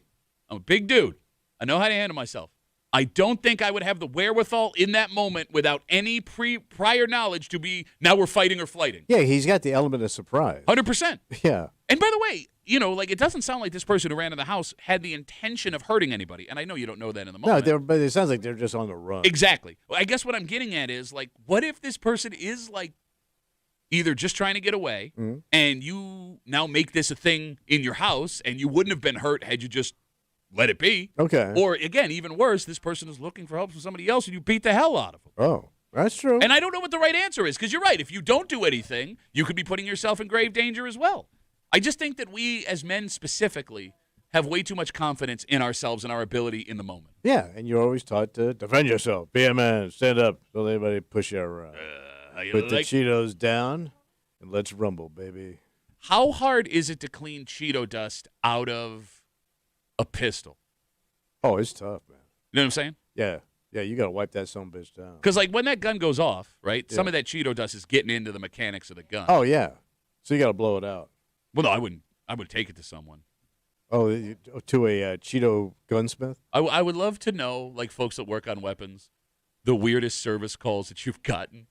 There has to be a Cheeto dust call in there somewhere. Well, you had too much snacks in the revolver, and the mechanism is jammed up. Well, the only way that would happen is if you are using it, like, to actually defend yourself, because I don't think they let you go to the shooting range with a handful of Funyuns.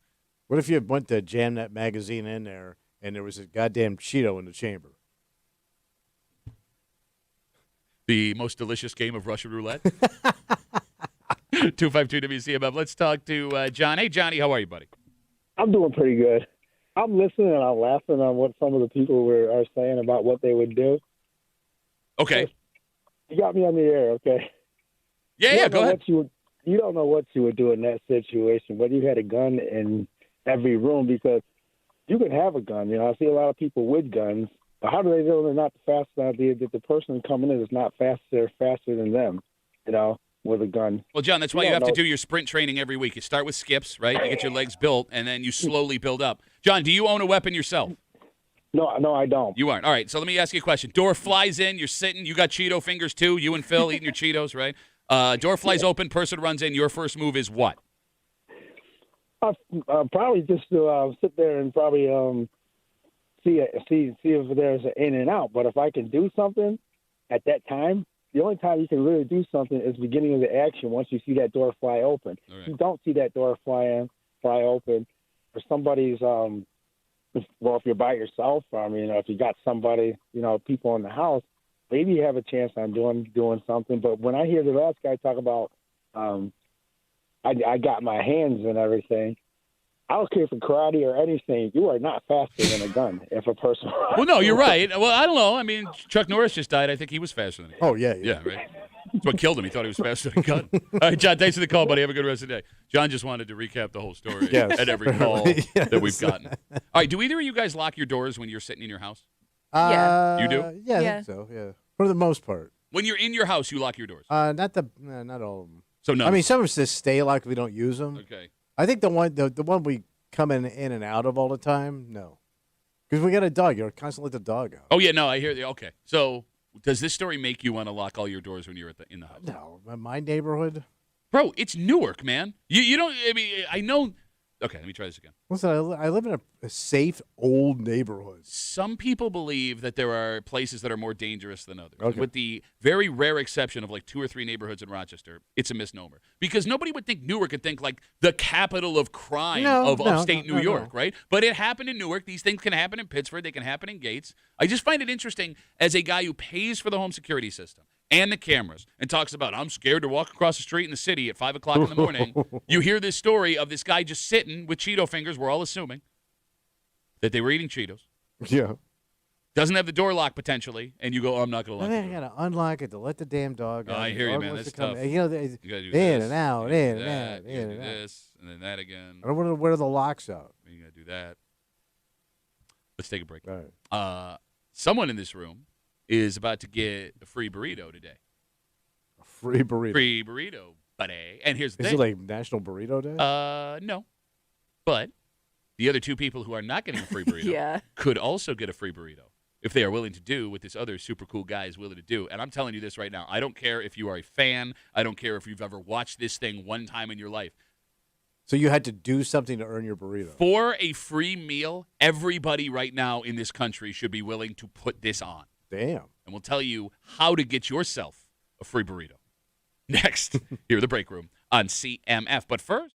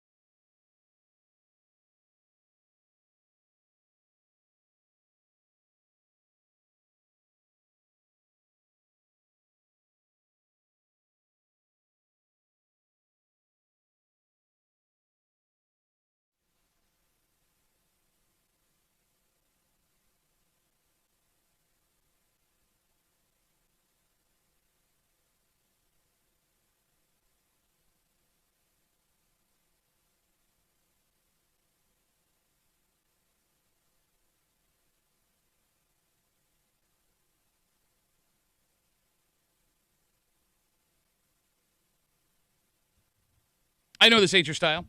I know there are people that care nothing about the sport, have never watched it once, wouldn't even dream of participating in it. Yeah. But if you don't take advantage of this today, you're an idiot. Oh. Because anytime, no questions asked, free food is offered, you take that food. Yeah, it's a good food you're talking. It's a good food. Oh, it's a good food. You're hanging out in the break room. Rochester's Classic Rock 96.5 WCMF. Your Buffalo Sabres get a monster Game 1 win last night. 3 goals in just over 4 minutes in the third period to get the Game 1 win over Boston. Game 2 tomorrow night, 7:30, live right here on 96.5 WCMF. But with the NHL playoffs kicking off on Saturday, Chipotle, who is a big sponsor of USA Hockey, has a hell of a deal today. So what's the deal?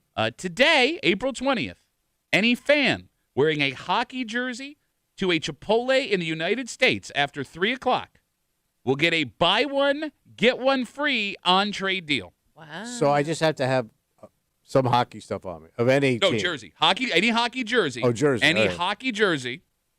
When you walk in after 3 o'clock, you get buy one, get one free, burrito bowl, whatever. Go burritos. You got it. Nice. Now, Kimmy, I know you are not a hockey fan because if you were, you'd be wearing your hockey sweater this morning, but you're not.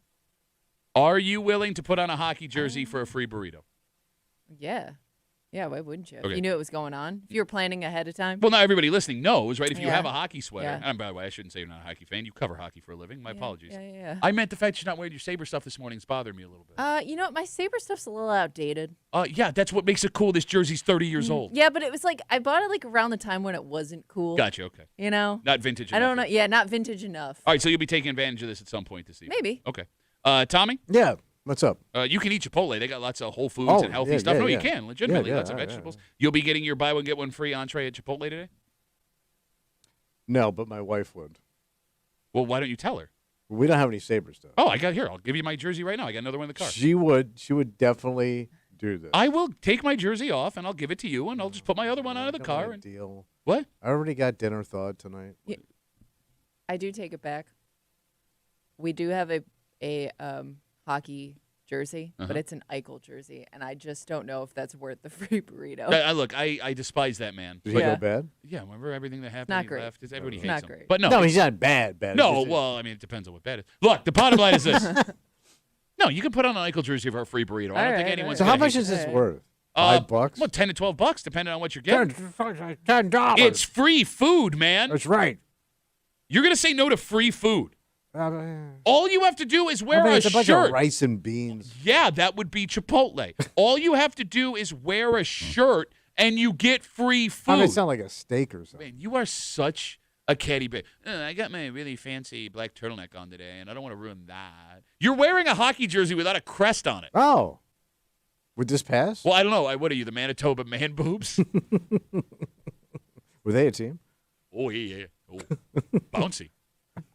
Bucks am I here? No, the fact that because you don't want to be seen in a hockey jersey. I'm not a jersey guy. You don't have to be a jersey guy. You put it you on. do to own one. Does it count? Because some people go through the drive-through with the Chipotles that have that feature. It says in-store you gotta, only. show inside. Yeah, and I get don't, off your ass. I don't know if that counts at the drive-through. Again, 252 WCMF with the NHL playoffs kicking off over the weekend. Today, Chipotle is offering a buy one, get one free entree to anyone after 3 o'clock today that will be wearing a hockey jersey walking in. Do you understand how much money this would save for my family? If you have kids. Well, you only get one bowl. Hey, stupid, here's how you work the system. It'd be so mean. Dude, stop being an idiot. Everybody pays individually. Yeah. Okay, so I go in with my hockey Man, jersey. what kind of busted ass burrito family is Oh, this? I'm sorry. We gotta go in one at a time. We gotta shuffle in like bums. Oh, I'm sorry. I get dinner for 2 nights. Please, please, can I have a bowl? I like get- a delicious burrito. No, I'm not affiliated with this woman or these children. Just don't talk to me. Don't talk to me when we get in there, and we'll be fine. Why are you laughing? Why is that funny? I don't know if he was doing what impression he was doing there. He's upset that your impression crushed it this morning, and his impressions all now suck, so he's trying to get it back, and he's flailing. I'll get it flailing. back. I got plenty of time, buddy. Bro, like today? That is so weak. Why is that weak? Because it's a trash move, man. My daughter has a football game tonight, and here's my plan.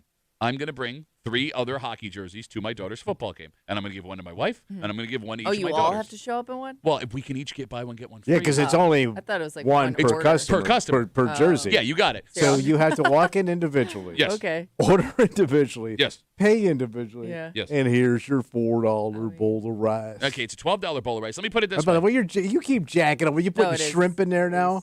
It's at least $10. When's the right? last time? Yeah, it's $10 if you're getting it like Yeah. basic, which and you that's never with do. nothing extra. Yeah. Guac is extra. I don't know if they told you. Right. That's like. I don't think I've ever eaten at a Chipotle. Yeah, no, it makes sense. You know tell why, me so. Pat? Because they don't have live music. That's how it's done, ladies and gentlemen. Take notes. Look at him. Ah, she's so good. I hate it. That's a $60 meal for my family that I will get back tomorrow when we have I Chipotle swear, for 2 days in a row Every because we'll put it in the time fridge. we go, it's a different price, and I don't know why. I get the same thing. I'm like, why was it 15 today but 11 yesterday? Well, today it's going to be half of whatever it is because 2 dinners for the price of All one. right. And yeah, I'm not above putting that in the fridge and eating it tomorrow. Oh, so everybody would have 2 bowls. Yeah. Yeah. Like tonight, Oh, get a. yeah, that But makes does it hold up? Yes, it does. Yeah. Yeah. What do you mean, yeah? You've never had it I've before. How had you it, gonna You don't argue? have, first of all, No, I've had leftovers it for, don't like, lunch live the in your next day. house. Yeah, I know, but my husband doesn't like mine because I get guac on it, and he's not a guac. What? person. Your husband doesn't Wait, he eat doesn't guac? like Yeah, guacamole? it's What? I know. It's Does he like avocado? It's a shame. No, he doesn't. That's a sick man. I know. So if I ever put avocado or guac on anything, I have to put it in like a separate bowl. I've never heard won't of somebody touch it. not liking will not avocado. Yeah, touch that's it. weird. I'm now judging your husband. He's Yeah. not the dreamboat he once was in my mind. So yeah. Anyways, Stock but gone that is way the one down. thing that stays a leftover in my house All right. because avocados have touched. I didn't know if they hold up. Luke writes us on Instagram, Duffy on WCMF. He says, this is like the family that goes and just eats bread at Texas or bread at Texas Roadhouse and leaves. No, it's not, Luke. The carb family. I am just doing what the company wants me to do. I'm showing This up. sounds like your dad. Yeah. Like your dad would only your dad would only have one jersey, and you would all have to go outside, change the jersey, and go in. The family jersey? Yeah. Look, man, here's the thing, too. Past the point that nobody should be turning down free food, do you know what hockey jerseys cost? Yeah, you tell me they're like as much as a goddamn lot. suit. They're like $300. No, they You can't. invest in one of these like every 10 years. Exactly. So, like, if you spent the Like money. the one that cockamamie thing you got on today. How much? This one's a Jeff Sanderson from. Oh, that's 99. a Sanderson. What I'm saying is, I got this before. You pay extra for a Sanderson. I got this before they exploded. I got it secondhand for like $20. The point I'm making is, if you have invested money into a jersey recently, Yeah. okay, why would you not get every dime you Get can your out money of it? No, out I'm of it. serious, man. Come on. Like, think about it. If you take advantage of this deal every single year, it would only take you 40 years to equal what you spent on the jersey in your free burritos. You're crazy if you don't do it. He's stupid. Don't listen to him. Put on your hockey sweater, go to Chipotle after 3, and get your free entree. Get it, buddy. And Andrew asked if he could wear his coat. No, Andrew, it says hockey jersey specifically, but you could probably go to any like thrift store and find like $1 kids practice jersey and throw that on and go get Okay. a free burrito. Just wash it. Yeah. Or don't. Who cares? Smell like a thrift store for a little while. You're gonna smell like burrito anyway. Yeah, speaking of things Tommy doesn't understand, so he hates them. It was a record-setting weekend. For who? I'm not talking about what the Sabres did. I'm not talking about Major League Baseball. Yeah. What? Why are you making I can't wait to hear this. I can't believe you didn't see this story. Maybe I did. Maybe I didn't care. Kimmy, Yeah. did you and your husband go out for this on Saturday? I don't think so. No? I thought for sure I would see your my husband. husband was working Saturday. Okay, that's so why he yeah. wasn't there. Yeah. Because the most people, it looks like ever, participated in this. Yeah, we would have been there. Yep, this ever-growing thing. The Oh. videos from this were absolutely insane. What hipster downtown crap they shoveling now? This is good in every conceivable way. And again, I knew it. I knew it. what? What is it? It's all the hipster. It's all the hipster. Yeah. This is not hipster anymore. This is officially popular culture. Oh. And we'll get into it next here in the break room on CMF.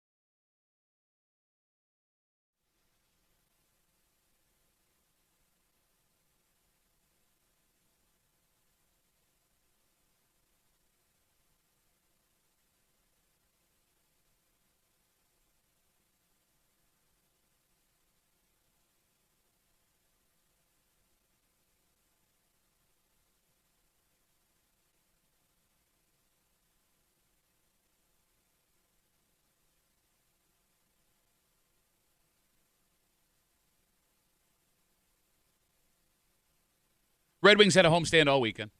The Emmerich sold out their final regular season game of the year on Friday night. Yet, you can make the argument that this annual event that happened on Saturday was the biggest thing to happen in Rochester this week. No kidding. And although you hate it, I hate it, and you make fun of everybody who does it, it keeps getting stronger. Mm-hmm. And it's introducing younger folks to music, you argue, is better than the stuff happening today. Wow. It's also introducing them to something that they've never really had to do to get something exclusive. You're right. You're hanging out in the break room. Rochester's Classic Rock 96.5 WCMF. We'll jump right into it. It was a record-setting record store day. What? On Saturday. What was I'm that? going to go down and listen to something on the hi-fi. For those unfamiliar with I'm records, going to get me a Grand Funk Railroad album. It's pretty good. For those unfamiliar with Record Store Day, it is an annual tradition where local independent record stores hold all kinds of celebrations, concert, and they sell super limited releases from all kinds of artists across genres. It's a soft boy's paradise. They're called Record Store Day exclusives. Kimmy, I'm sure you're familiar with Here come the pudgies. Record stores throughout the greater Rochester area were slammed. Wow. But the Record Archive seemed to be ground zero. People were lined up overnight. Yeah. Before the doors even opened, there were close to 1,000 people lined up down the street to get their hands on what waited inside. And even if you waited for the It's already on their phone. Got that? It's already gay day on their phone. Yeah, it's on their phone, man. And even if you waited for the line to die down, all of these places were packed all day long with vinyl fans looking to add to their collection. Kimmy, you brought up a great point just a second ago. Well, I was just thinking, when it comes to, purchasing something that's going to be an exclusive release or tickets, whatever it is, this is really the only thing I can think of where you have to physically wait in line at a place to get your hands on Old it. school. Yeah. Especially music. Like this is, if you're a younger person, this may be the first time in your life you've ever had to do it. You're right. Like, concert tickets, it's online, right? Like clothing exclusives, it's all online. I cannot think of the last thing that my daughters have never stood in line for anything. Ever. Yeah, we kind of eliminated that. Not here. Hey, you know what's great? Let's bring back lines and waiting. Bro, like the 70s. You need lines of waiting because you don't know how to get in the queue. Pretty soon we're going to have a gas shortage. That'll be fun. That will be an odd and even day, so it's going to be the 1970s. We're actually not that far from That's that. what I'm saying. Okay. We're very close. We'll have it all again, man. So, Kimmy, your husband is a vinyl guy, but you said he was working on Saturday? Yeah, he's working on Saturday, so he God missed out. Damn. Otherwise, I guarantee you we would have been there. You didn't make it out, Tommy, to Record Store Day? No, I had to paint the damn driveway. 252 WCMF, 252-9263. You hate this for no reason. It's because it's going backwards, and I don't get it, man. Like, you had the greatest technology. Music is amazing. The fact that I could walk around with this thing the size of, like, a goddamn baseball card has all the music I could ever want. Sure. And it's cheap. They can have that, too. So, but here's the thing, though. Some artists recently have been only releasing albums, like physical albums. Yeah. They've been well, it had to be their new stuff because their old stuff's all right. Some of it's leaked, but at the same time, like they're trying to do their best to make sure it's like only getting into the hands of people that want to buy the record or the CD, whatever. And those artists actually make a living from physical sales. You know what I mean? Like when those streams are like a tenth of a cent every time somebody plays that song, whereas if they sell a record, they make $2, $3, $4 off it. Okay, there you go. And I mean, look, Taylor Swift doesn't need your $2, $3, $4, but I don't think so. There are lots of touring groups that do. Some groups you see at CMAC they're making what you make on an annual basis, which is great to make music. But these people aren't. There was an interview with Johnny Resnick, lead singer of the Goo Goo Dolls. Yeah. And they, talked about the money that he's made over their career, and that band is huge. Yeah. And he goes, look, I'm not poor, right? I live a great lifestyle for a musician. He goes, but he's driving a 2022 Nissan Altima. He's not driving a Range Rover to his mansion in Los Angeles. Music industry outside of 20 people has become like a working class profession. This helps them. Okay. Is that bad? No, it's not bad, but I don't get why. I mean, I'm not going to buy an album to feed you. Well, you're not buying it to feed them. You're buying it because you like the music. Right. My motivation wouldn't be I'm going to go down to the Record Archive. Yeah. Is the Record Archive like the Record? Is that the Swedish version of the Record Archive? Welcome to Sweden and the Record Archive.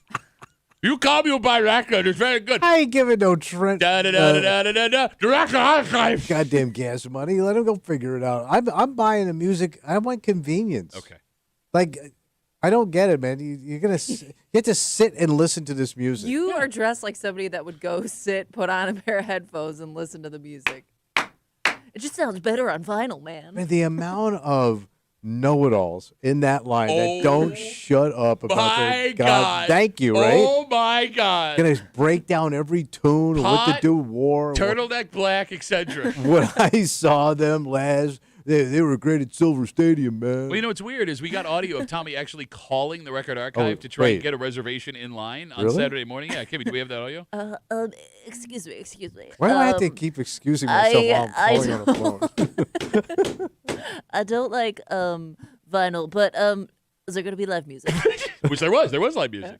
All right, 252 WCMF with Record Store Day, setting records in the greater Rochester area. I think you can make the argument that in Rochester, New York, Record Store Day matters more than almost any other city in America. Right, you think we're number one. We're not number one, but here, I'll explain. Yeah. First off, we are very unique in having two very special places that sell music, both the Record Archive and the Record Archive. No, the Record Archive and the House of Guitars. Yes. Both are internationally known. Both have hosted a who's who of music as performers and customers. There's a who's who. Don't try Are you a who's who? I did go down there. Who's who? Kimmy, hurt people. A lot of It's impressions Hootie had a happening who's up today. in the Bluefish doing the Swedish tour. We as Rochester residents were raised with this. Yes. So this is normal to us. We love waiting in line in the cold and the rain.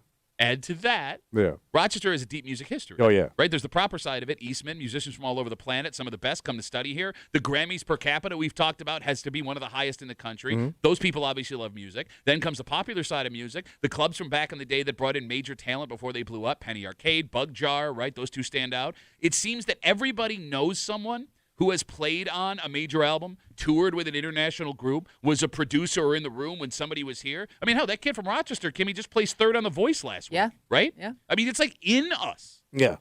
I have had the good fortune, while I was on the road touring, to go to Record Store Day in like 5 major cities. I was in Nashville. It was huge there. Wait. You were in Nashville for Record Day. It was one of the coolest experiences of Oh, my life. you're in Music City, buddy. It was one of the coolest experiences of my life. But Look, we got here a Yankee fan.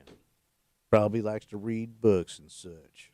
I've been in Atlanta during Record Store Day. I've been in New York I've City during been Record Store Day. everywhere, No, what I'm man. saying is, Hoo-shoo. even those outside of Nashville, Yeah. I have never been to a community, and I've been to major cities for this, Yeah. that took Record Store Day as serious as we take it here in Rochester. And it's a credit to the Record Archive. It's a credit to the Great House of Guitars. It's a credit to all the little, smaller, independent record stores in the greater Rochester area. And it is a credit to the talent that we have here for musicians. In You Rochester. also get to meet radio personalities you thought died. Wow, you're still alive, bro? You were at Record Store Day? Yeah, I'm on I'm on the radio station, the lake. Look, now he's trying to do your impression. I of don't him. even know he who is you're trying doing so anymore. hard. I He is know. trying so hard. I'm on the hoosha. Hey guys, everyone listen to the show because of me. Out of the way.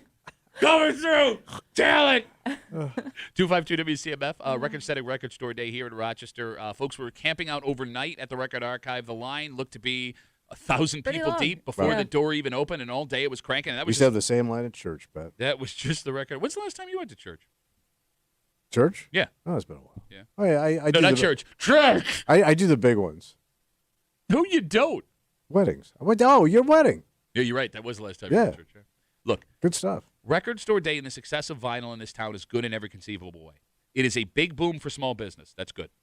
It is a community of people who all get along with each other. Kimmy, I've never seen anyone argue with the Record Archive ever. Like No, you everybody have, seems to be having a great time. yes, like you'll have like You're you just know, there to browse. 17-year-old boys and 60-year-old women discussing albums that they're pulling off the wall, which is great. That's good. It's a creative side to life during scary times, which is a really good thing. It's comfort food. It is, yes. For your ears. Yes. Yeah. Outside of what records now cost, By the way, what's the whack on an album? like $40. $40? Well, that's if you're getting new, but they have all those used ones there. Yes. Sometimes For you can find a Foghat? gem.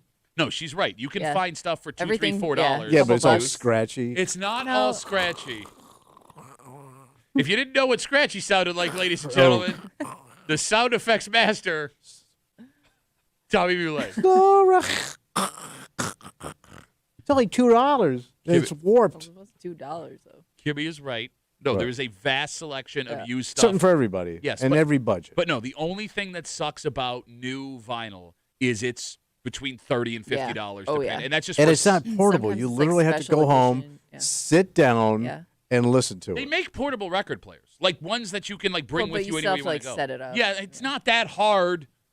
Excuse me while I set up my It would be hi-fi. weird. It would be weird to bring that around wherever you want. It would be sad. Because you'd have to bring around your record collection. Yeah, you'd have to like luggage. Not made for being portable. Hey, basically, it's for your house. Yeah. You have to sit down and listen to music. Okay. Yes. What's wrong with that? What's wrong with? But we, No, can I? we don't do that anymore because we don't have to. Yeah, and what happened? What happened when we stopped doing that, huh? The world went to hell. I used to live in a beautiful country where people sat and took time and listened to music. Where is that country, Tommy? You never lived in a beautiful country. I know where you live. Yeah, because you ruined it, man. You ruined it, man. No, like let's a serious question. Right. With all the hustle and bustle and chaos Yeah. of our lives today, with you and guys your age complaining about the phones and this, Yes. that, and the other thing, I do think there is romance too on a Saturday or a Sunday morning, getting up, pouring a cup of coffee, putting a record on the hi-fi, and just soaking it in. Just you know what? Slow down. Yes, Let's create something for future landfills to deal with. bro. Like we're trying to get away from all this toxic crap. Let's start pressing vinyl again. You bought 6 tracksuits last summer Yeah, well, you want to know something? from Amazon. None of them were vinyl. I saw them. I'm not entirely sure that's true. We have Instagram messages coming in. Duffy on WCMF, easiest way to get us. Andrew writes us, Tommy's an idiot. Yeah, man. Well, lines can I'm suck. going to get tuberculosis next. Well, lines can suck. It is actually on the way back. Well, lines can suck. The fun of just meeting others over stuff you enjoy can make good friendship and lasting Oh, memories. my God. We're going to be record bros, bro. No, I do think, like, music is the easiest way to bond with people. Yeah, and you hate bonding. I don't hate bonding. Oh, my God. Guy that goes into Wegmans puts on his headphones and just marches around because he doesn't want to look at anybody. All of a sudden wants to hang out with hipster doofus breaking down 9-inch nails, man. Here's the difference. What's that, man? You're dressed. You like 9-inch nails, You're man? dressed like Trent Reznor. Sorry, I can't You are dressed like Trent Reznor. I got a lazy eye, so I can't look you right in the face, man. But they're good. So are you doing Trent Reznor doing I'm Sammy doing Davis you. Jr.? I don't know what we're doing. Oh, yeah, we got that new Sammy Davis Jr. album. Okay. You're drooling on yourself. Much like Sammy did at the end. It was very sad. I Who don't- can make a sad man? I just spit out my candy, man. And then there was that live show he did in Sweden. Hey, cat. Personal friends of mine. You were saying, Kimmy? I don't even remember. Yeah, we're doing slurring Sammy. We're doing slurring Swedish Sammy Davis Jr., which you only get in the break room on CMF. We did date a Swedish woman, so that would make sense. Yeah, there you go. He would go. Like, he had a lot of things going on at the same time. Oh, yeah. What I'm getting Groundbreaking, I at, hear. no, you're right. I put my headphones in and I go shop around Wegmans because I don't, just want to get my thing done. I know that I don't have things in common with everyone in that Wegmans. No, but you could start talking about the Vietnam War and cyclamates. Yeah, you don't want to have a conversation with anybody while you're browsing for music. No, I either. don't. I find it I to have be a that pretty individual. No, he wants to thing. hang out. I have that conversation all the time. I love talking to the Really? folks that work at the Record Archive. Because Multiple I don't Bretts you know. could talk to.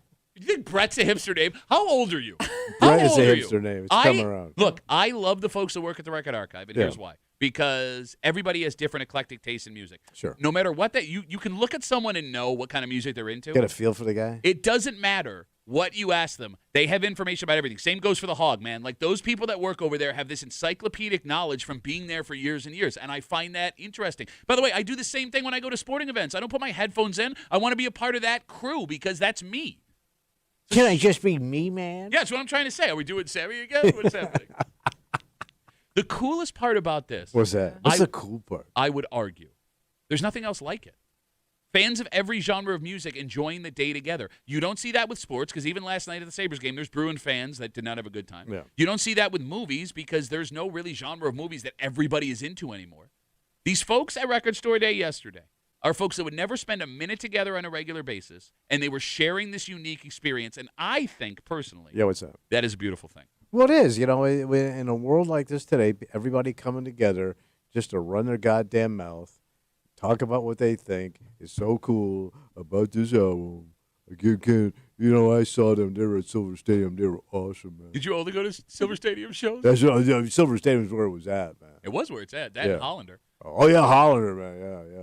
I saw Buddy Holly at Hollander. Yeah, no, well, you couldn't. Yeah, he was dead. Yeah, he was very Yeah, dead. it was a cover show. Goodbye, baby. That That's was the wrong guy. No, he was on the plane, too. That's why he was saying goodbye. We'll wrap it up with Lady Chud Muffin. Yeah. She writes us, Stuffy on WCMF. Of all the people to listen to, I'm not going to listen to a guy dressed as Discount Steve Jobs who looks like he listens to Euro Techno, also known as Steve Knobs. I'm Steve Knobs. You're Steve Knobs. Not going to get any better than that. No, but that's why we're moving on. All right. Kimmy, you brought up the line thing. Back in the day, the only way to get a ticket to a concert or sporting event was to stand in line. Yeah. It is not that way anymore. Hell, I mean, even if you don't get a ticket standing in a digital line, if you have the money, you have the opportunity to buy your way into any event you want. Okay. But you need a strategy. What happened with the Sabres game last night is an interesting dichotomy compared to concert season upcoming. Because if you watch the price of Sabres tickets over the weekend, you probably noticed something.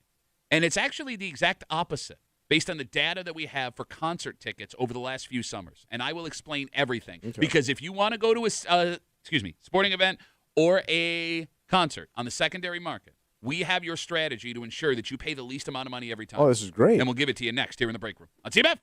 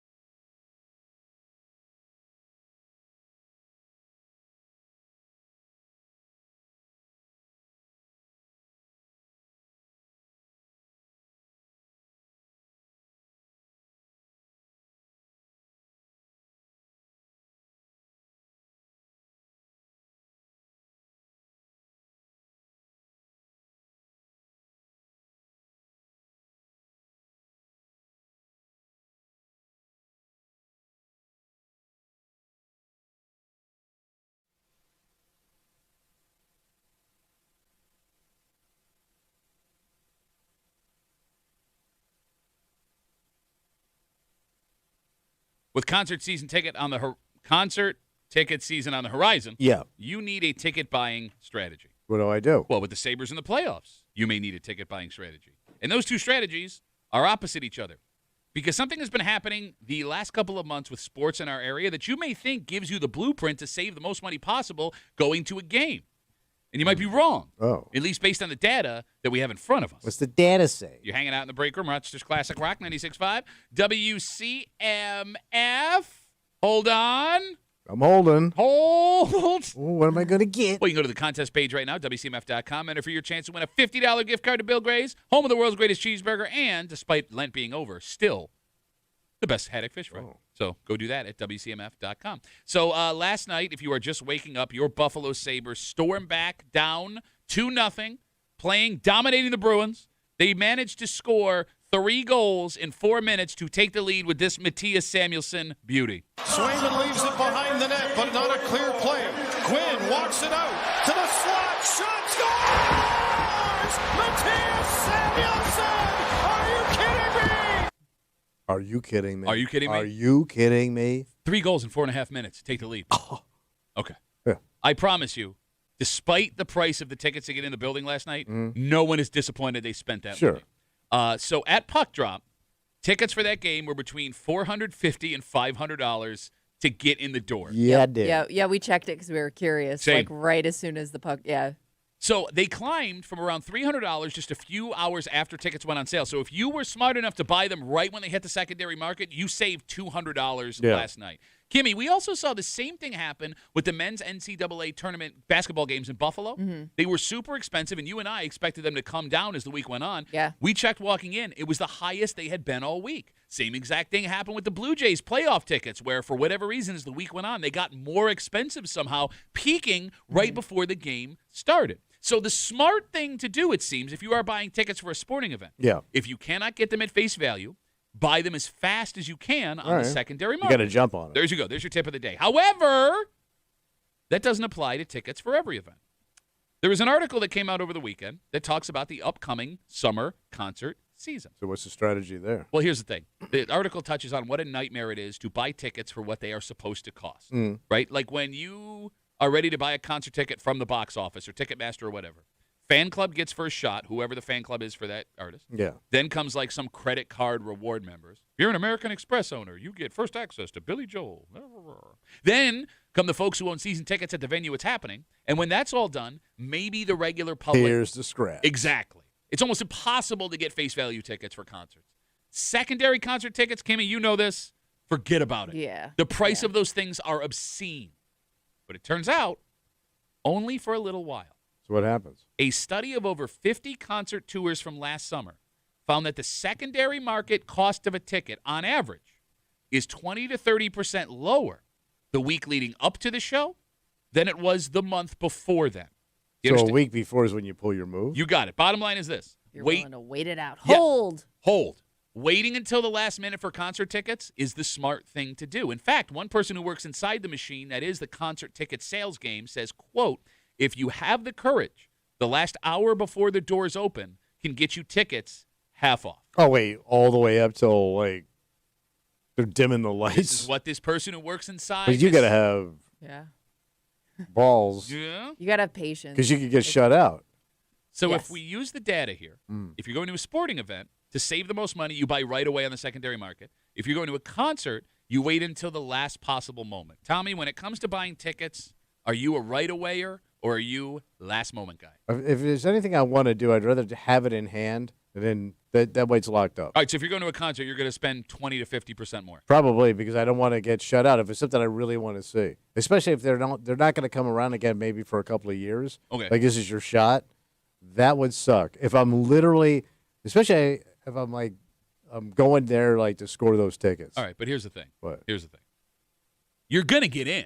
Like, there will always be tickets for sale in the secondary market. It's just what you're going to But I might pay. be priced out. Okay, all right. They're squeezing out the little guy. So you're a scared little bitch is what you're saying. Big old scared little bitch. Kimmy, Yeah. are you a right-away or a last-minute person? I am usually a right away person only because my husband's a right away person. He's like the ticket getter. He's at the our point house. man, the ticket Yeah, point yeah, man? yeah. Okay, got it. Like he knows when to like log in. He waits in all those like queues to get tickets. Like if we don't get them right away, we usually don't go. Okay. Oh, you won't even buy secondary. It would have to be something where the only time I think we've really bought it on the secondary market if it's somebody he really, really wants to see and knows this is going to be his only chance, or if it's like if we know like a group's going and later on we decide to join them. Gotcha. Okay. That's when we'll get the secondary market. 252 WCMF 252-9263. I wait to the last minute for everything, like ticket-wise, because a lot of things can happen. Okay. Resellers can panic. That drives all the prices down. It is amazing. It's like the stock market, and I don't know how to do the stock market, so this makes me feel smart. Okay. But like it just takes 2 or 3 Watching people. it fluctuate. Kimmy, 2 or 3 people panic, and all of a sudden the Yeah. bottom falls out. Well, let me ask you this. So Yeah. let's say I want to see something at the CMAC. Okay. All right. So I'm going to wait till the last minute. That means I got to almost be down there. You would have to be down. You there. would. And then if I get shut out, I just go home. No, you're right. And that's the difference between sporting events and concerts when it comes to waiting. Again, 252 WCMF. Recently, locally, for sporting events, ticket prices on the secondary market have been going up, getting closer to the event. Yeah. Whereas an article recently talking about concert venues and ticket prices Yeah. and things on the secondary market shows that you can save 20 to 30% waiting until the week of the concert compared to earlier if you wait to buy your tickets. Tommy, let's say you're a Bills fan. Yeah. And you want to go to a game. And you get in the car and you don't have a ticket. You show up at Buffalo at 8 and you're going to watch StubHub and see where the tickets are. Yeah. Nothing in your price range. You don't have a ticket for the game. Well, you still got to tailgate. And you Right. can walk into a sports bar outside the stadium and you can still have a blast watching the game, to your point. Not really what I was signing up for. But you can still have an But you're experience. there. Yeah, you're there. To your point about the concert, if I don't have a ticket and I drive down to Waiting CMAC, in the car. They're just driving home. yeah, this is what else are you doing? And here's the other thing is, man, do I want to be that stressed out going to something I want to sit and relax and enjoy? Because that's a lot of stress. Yeah. Like, it's like a casino. Yeah, it is. It's a stock market, yes. Yeah. Yeah. And I Some don't people think I thrive want on all that. I'm not I love one it. that does, but I don't some wanna- people love it. I don't want to put up with that BS. But, I mean, I'll counterpoint that. Do you want the stress of having to cover $200 you weren't planning on spending at the end of the week? You also have to rely on cell phone service and Yeah, you're right about Wi-Fi that. potentially, because there have been some cases where, especially like at Bills games, you're in this weird dead zone where you have no cell service and it's hard to check. You are right about that. Oh, that would suck. You're Yeah. right. You're right. I don't know. Like, my wife and I are opposite people, and it causes a major problem Yeah. sometimes when we want to go to stuff because I'm at the point where I just lie to her. I'm like, yeah, I got them. Oh, wait, you ain't got it? I You will, ain't got I it? will get Buddy. them. I will get them. Oh, you'll get 'em. Look, I'm trying to save us money. I don't think I've ever spent more than I anticipated spending Yeah. waiting. Like, I have a number in my head, and once it hits that number, pull the trigger. See, my wife likes to save money. Yeah. I like to just get it done. Yeah. we No, even you're a get it done kind of No, guy. I am. I That's what get I it said. done. That's what I'm I get her said. done, bro. And she does it with airline tickets and stuff. Like, I don't want to wait. Just get it locked up. Then it's done. If you're going to one of these events too, you also have to be with people that are willing to Roll the dice. play the same game. Yeah, you're right. Oh, like a crew of you Because going down? if they already have their tickets and you don't, I mean, if you're okay sitting by yourself, fine. But if you want to sit with somebody or sit with the group, you got to make sure you're all on the same page. No, you're right about that.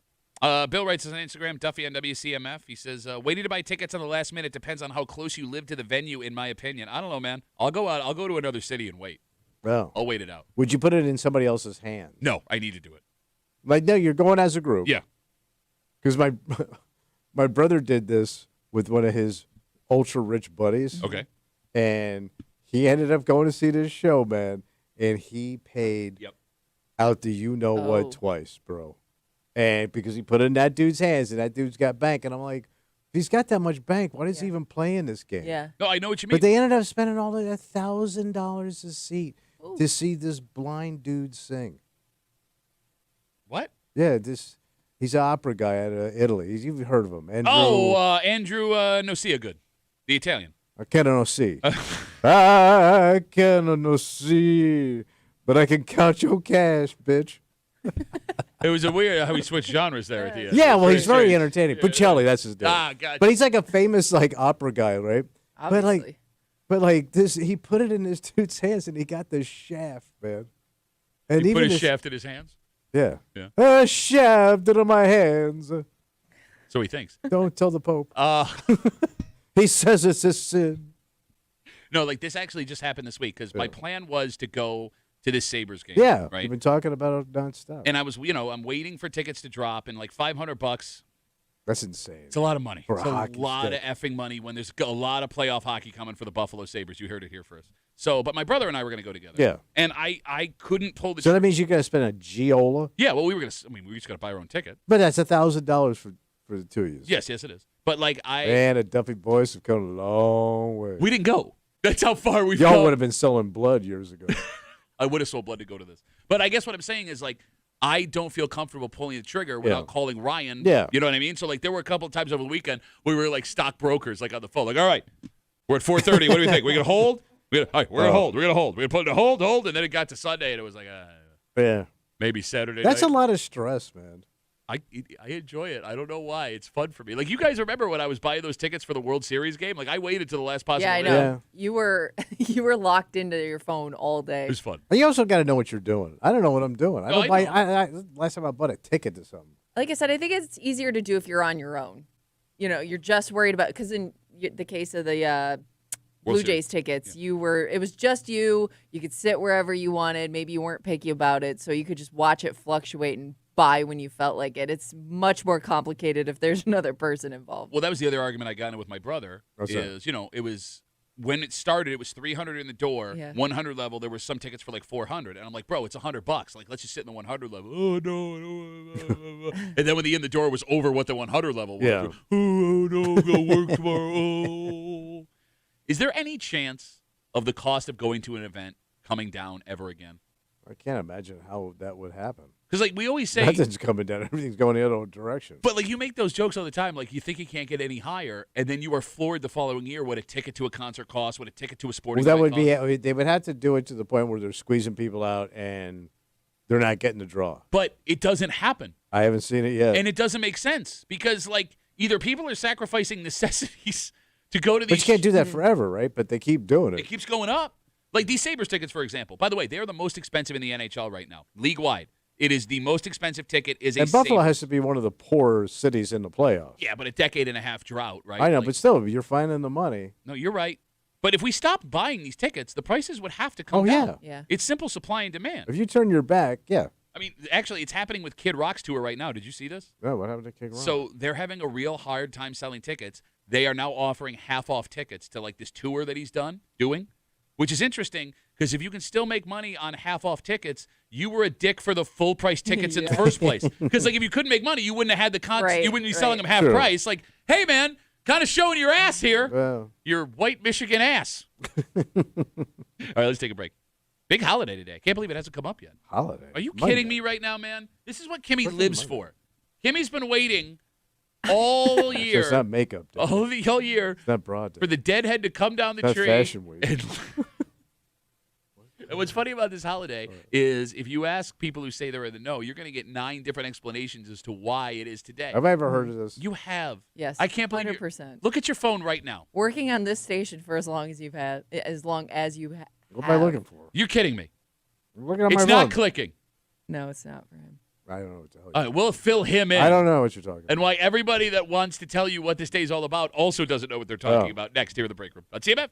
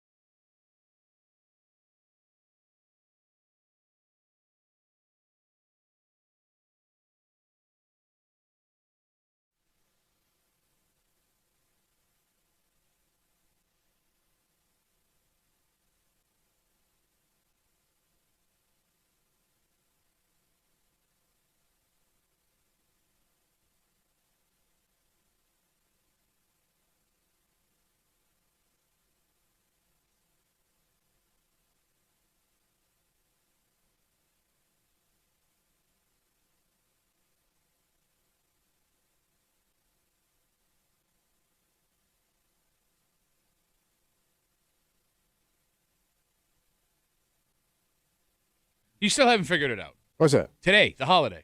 This ain't no damn holiday. Oh, my God. It's the most important holiday in Kimmy's life, man. Kimmy's life? There are folks that already have their day planned out. Some folks have taken the day off of work. Businesses across the greater Rochester area are running specials because of this. And you can't. He's going to look at his phone again. I know. It's April 20th. Yeah. So what? You're hanging out in the break room. Rochester's Classic Rock, 96.5, WCMF. Kimmy, would you like to fill in the man who's worked on WCMF for over 30 years? Happy 420, everyone. Oh, yeah, right, man. I forgot. I did forget. Look at your phone. What? 420? Well, I'm looking at What? picture of my grandson. Yeah, who loves to get high, from what I hear. What? All right, so happy 420, Kimmy. Happy 420 thank to you. you. You're Thank welcome. Oh, she's already kicked it off, man. You have know she not. burned one this morning. Do you have plans today? I don't. What do you have? The couch. You're not going to get high on 420? Maybe. I don't know. It's not my usual. I usually save that for the weekends. Wow. That more partying at Kimmy's I tonight. said I'm not a big. I don't celebrate. Don't celebrate. There are lots of people that will be celebrating. Oh, yeah. And Tommy, you know why 420 is the designated day. Yeah, I actually don't. Okay, I literally just accidentally. Oh, here we go. So nobody does, actually. So you're going to hear a lot of things today. But somebody just came up, hey, let's get high at 420 every day. All right, so you're going to hear a lot of things. It was like a national thing. Today, for example, people will say it's 420 because 420 is the police code for marijuana use. That is not the case. Oh, so? There are folks who say it's 420 because Bob Marley's birthday was April 20th. It is not. They say it's a nod to Bob Dylan's song Rainy Day Women 12 and 35 because 12 times 35 equals 420. That's a stretch. That is not the case.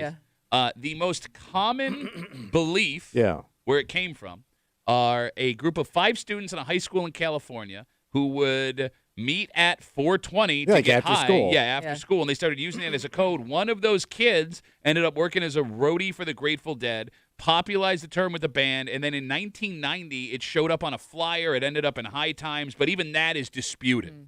So it just kind of took off naturally. If that's what it Grew But it makes sense, like after slowly. school, 420, you sat around and got high with your friends before Sure. you went home. But I guess what I'm getting But at leave is it to potheads to forget what they're where the holiday originated. But that's the funniest part. Yeah. Is it's become, synonymous with marijuana. Yeah. But nobody knows for sure why. Right? Which is, I guess appropriate. Kind of cute. Sure. Oh, it's appropriate for every Nothing other else religion. going on this time of year. Well, like every day that we pick for a holiday is just a day we randomly Sure. pick. Yeah, Like Christ made wasn't up. actually born on Christmas, right? That What? lines up with a pagan. Just read a book every once in a while. I'm not going to go watch a Jesus book. Watch it. You watch one Jesus book, you watched them all. Michael writes us on Instagram, Duffy at WCMF. He says, sitting at my local smoke shop right now, just waiting. Oh, waiting for it to drop that green flag. I guess so. I wonder, are there going to be deals and specials? I saw a couple of things, but is it worth it going out of your way today compared to what you normally get? Well, at I a mean, head if there's shop? some sales, it'll stock up. Well, what's a sale though? Because Kimmy, all this stuff's pretty strongly regulated in New York State. Are Oh, they allowed yeah, to do maybe stuff they- like that? Oh, They can't do specials? 2 for Yeah, ones. If you walk into a dispensary, they usually have like some kind of special running. Oh, really? Yeah, on Well, different stuff. Because they've had Stuff to they want change. you to try. Sorry, they had to change laws for alcohol, like back in the day. Oh, yeah, because of binge drinking and whatnot. Yeah, and your radio station. Yes, yes. Because they would offer 2-for-1 drinks. Oh, yeah. And I don't think that's legal to do in New York State Man, anymore. those were the days, goddamn. Yeah. I'm pretty sure they do stuff. Now that I'm thinking about it, I guess I've never noticed. You're the worst pothead. I ever. think they do. No, like Tommy and I do not imbibe. Yeah. Right? Because we're a couple of pansies. We're scared. We lean on you Yeah. to be our eyes, ears, and nose. And You asked me about alcohol. I got the stat right. he's right. Yeah. Boom. You're right. I mean, Been half there. of those stats I was are- there, man. He makes half of those stats up, but he's got stats. But to I tell was you. there. Man. It kind of feels like 420 is less a big deal now that it's legal in New York. Yeah, I mean, I guess the little zip's gone off the ball. Right? You Yeah. don't have to slide around and sneak. Yeah. Sneaking around, sliding around. Oh, you know they slide and sneak. But they were never sneaking and sliding because even when it was illegal, they would have that festival at like Highland Park, Kimmy, where people were openly Bro, getting this high. joint Sure. used to reek of it. Do they still do that festival? I think so. Probably. Oh. I think they do. Okay. Look, The amount of old men we knew that burnt. you shouldn't be talking like Stand this. up and salute the flag. What are you Put your pants up. God bless the troops. Are they eating spaghetti? I'm I confused don't as to know. what they're doing. They're I slurping. listened to the Pope. Were they at Red Fideli's last night? Oh, they did that too. What's what? The All of pasta, it. the Oh, pot? they were doing all part of of it. that pot and pasta deal they were doing out there on 420. It sucks. It's a Monday because I would think normally like there are some bars that will do specials for it and stuff. Not specials for marijuana, but have live music and stuff to celebrate. I get what you're saying. Unless did everybody do it yesterday, or can you only Maybe celebrate it was 420 kind of over the weekend on 420? It's like sacrilegious if you don't. Oh. They seem to be pretty loose with their rules. That's one great thing about potheads, right? They don't stand on ceremony. I love how you say that after like you hate potheads. I don't hate them. No, you do. I don't. I mock them. And then you support them. You also don't want to associate with them. I don't want anything because they smell. Okay. But I hold on now. I do support people. No, you don't. You've said on multiple occasions that if you drove by a dispensary with a line, you would look to see if anyone you knew was in that line. I'm looking. I'm going to see a couple of CMFers. Yeah, of course you will. I mean, ones I know by name. Yes, of course you will. I don't. Are you still judging people for that? If you saw them coming out of a dispensary? I hate to give up judging. It's one of my favorite entertainment things. But I guess what do you think of them? Like, do you think differently of them?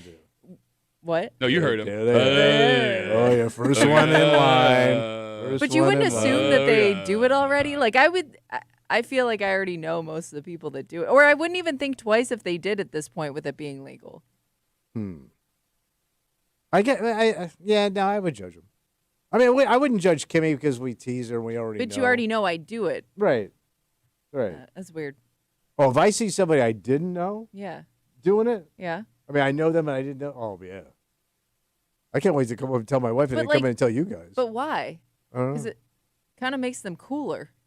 Does it? If you didn't expect them to Standing and they did. in line for your little marijuana cigarette. If it's somebody you didn't expect, it wouldn't make them a little bit cooler. cooler. Well, if it went against like their core beliefs, like we know some people with core beliefs, right? And they preachy McGillicuddy. They're a Scottish preacher. Yes. Hey, get out smoking your greenies, are you? You left-handed cigarettes. No, I would. You know the type. Don't you try and drag me into this, man. Do not drag me into this. Especially if they're like sneaking in there, like they're coming in out of the porn store. But you're the dork because you're the one catching them coming outside of these places. Like, I don't mind. Hey, you know what? Oh my God, they smoke pot, guys. Oh my God. Kimmy is riled up. Is that how I would sound now? No. Well, if he was going to call the dispensary to try and get a reservation to buy marijuana, what do you think that would sound like? Excuse me. I can't. I'm on the phone. I have to excuse myself. I don't smoke pot, but is there going to be live music? Andrew writes us on Instagram. Happy 420, everybody. He writes, the alcoholic is judging people for substance usage. Ha, ha, ha, ha, ha. He's talking about you dick. Country was built on alcohol. It was actually built with alcohol. There was marijuana here first. Yeah. Weird, like how when it comes to marijuana, you turn into a narc. Yo, bro, you got narc outfit on, too. Hello, fellow teens. You going to the Black Box Theater tonight, too, where the marijuana will be? Dalton writes us. Duffy at WCMF. Says, all the reservation dispensaries around here go all out. Free weed, free bongs, free gifts, etc. Lots of contests, giveaways, big deals all over Seneca County. They can give away free weed? How does that work? They're their own country. Oh, on the reservation. Yeah. I mean, it's not part of the U.S. Chris writes us. Yeah. I lived in Northern California for a short time, met a guy who claimed to be one of those students that named 420. Then again, he also claimed to have invented the X-ray machine. Isn't it everybody in like California knew somebody that used to hang out with the Beach Boys? Yeah. But you got to be careful about which Beach Boys you're picking you hung out with. True. Nobody wants to hang out with Mike Love. Who was the one that hung out with Manson? Was that Brian Wilson? I think it was. Yeah. That sounds like a Brian Wilson thing to do. But that's also not a joke. No, I know. Charlie Manson hung out with the Beach Boys and wrote some songs that never got released. They recorded one of his songs. Oh, they did release Never Love, Never Stop. Let's go killing now. Everybody's learning how. No, now this is going to bother me. Kimmy, can you Google what the name of the song the Beach Boys recorded for that Charlie Manson wrote? Never Stop Not Loving. It was something like that. Damn it. I've been preparing my whole life for this moment, and I blew it. It's one of those things where it's like you go, I'm going to tuck this in the back of my head because one day I'm going to need this, and I totally never not stop X-rays. Never learn not to love. That's the one. Is that it? Never learn not to love. Yes. By Charlie Manson. By Charlie Manson. Written by, and I think that the original title was Cease to Exist. Yes. Hey, now that makes sense. And I also think that because that's the spirit of Charlie. Yeah. Seriously. Guns N' Roses, I believe, did a cover of that song. Of also. course they did. Can we Google that to make sure? What is that? Doing right on the Manson doing thing. the Manson train with the Guns N' Roses. Let's kill things. Did Guns N' Roses cover that? I'm looking. Okay, are you high? You're No, normally pretty quick. I don't see a cover. Okay, I'm sorry. Maybe I was The wrong. indie rock band Psyche? No, that's not what I'm thinking. All right, never Google not to learn. Trying to find a cover. Doesn't matter. None of this matters. All right, let's take a break. All right. You need maybe some marijuana be good for you, because you're. I would, but I can't. Well, you're just getting angry at things for no reason. Though. Oh, yeah. This would mellow you out because there's a movie that has been confirmed for some reason. Yeah. That you are very excited about. Sure. Because you love this actor, and you are starting to realize something about all other actors his age and older. Yes. And this man is refusing to bow down to what you are seeing. Which makes him super cool. No, it doesn't. It means he's going to die. Which, whatever, man. You're taking it in your own. Well, hands. you would love that because you don't even like. I'm the not. son I of a don't bitch. want him to die, but no, I'm not, but you could do without him. No, look, I'm not. Look, I don't want him to die. But if you die doing this, knowing the risks, good for you. I'm not saying good for you. How did you not see this as a problem when 10 years ago you were arguing? Well, the reason. Well, they weren't showing this before. This is something new. It was going to happen. And it's aimed at me. Yeah. And I don't know why, because I don't want to see this. Well, no, it's because you do want to see this because you argued these are the best ever and you can never replace them, and this is what you get. But they're doing things I don't like. Oh, no. Oh, You're going to be in the same boat there, bucko. No. We'll talk about it, bucko. Next year of the break room. On CMF.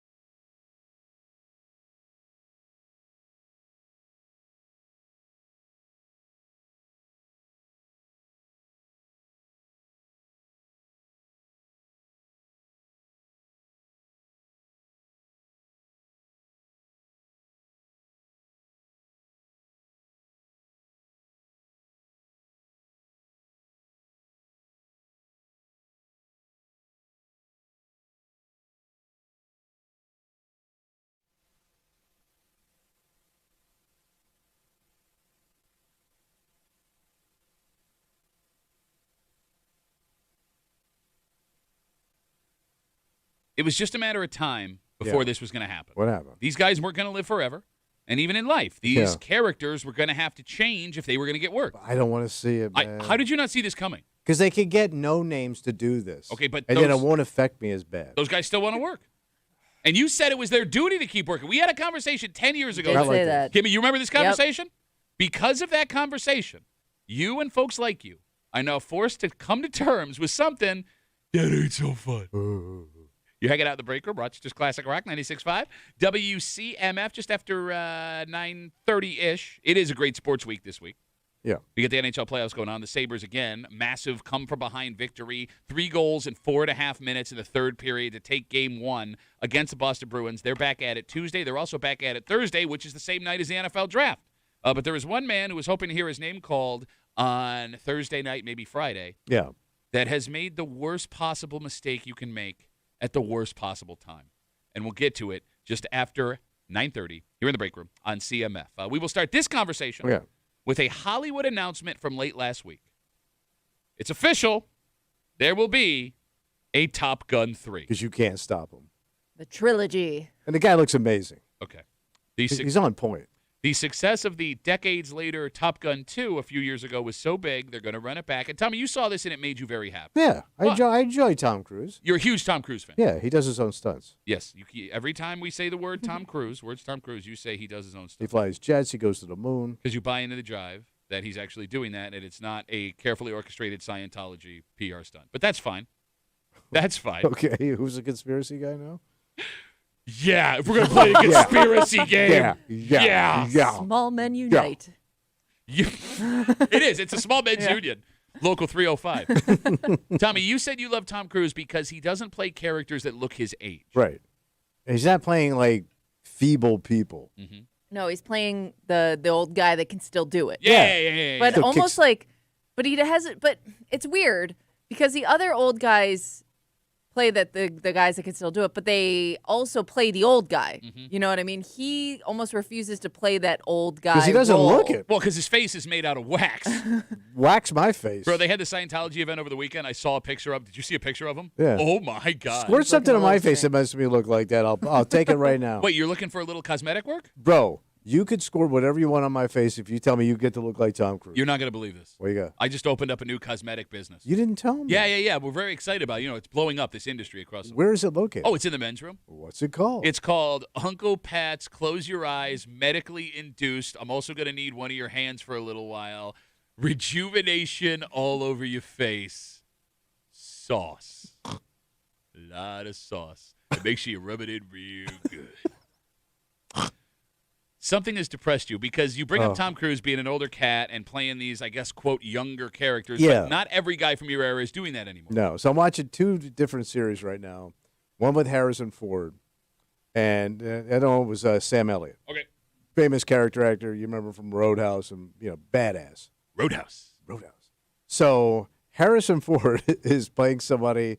He's an old man now. Yeah. And he's got Parkinson's. Mm-hmm. And he doesn't have Parkinson's, supposedly. Okay. But he shakes with Parkinson's.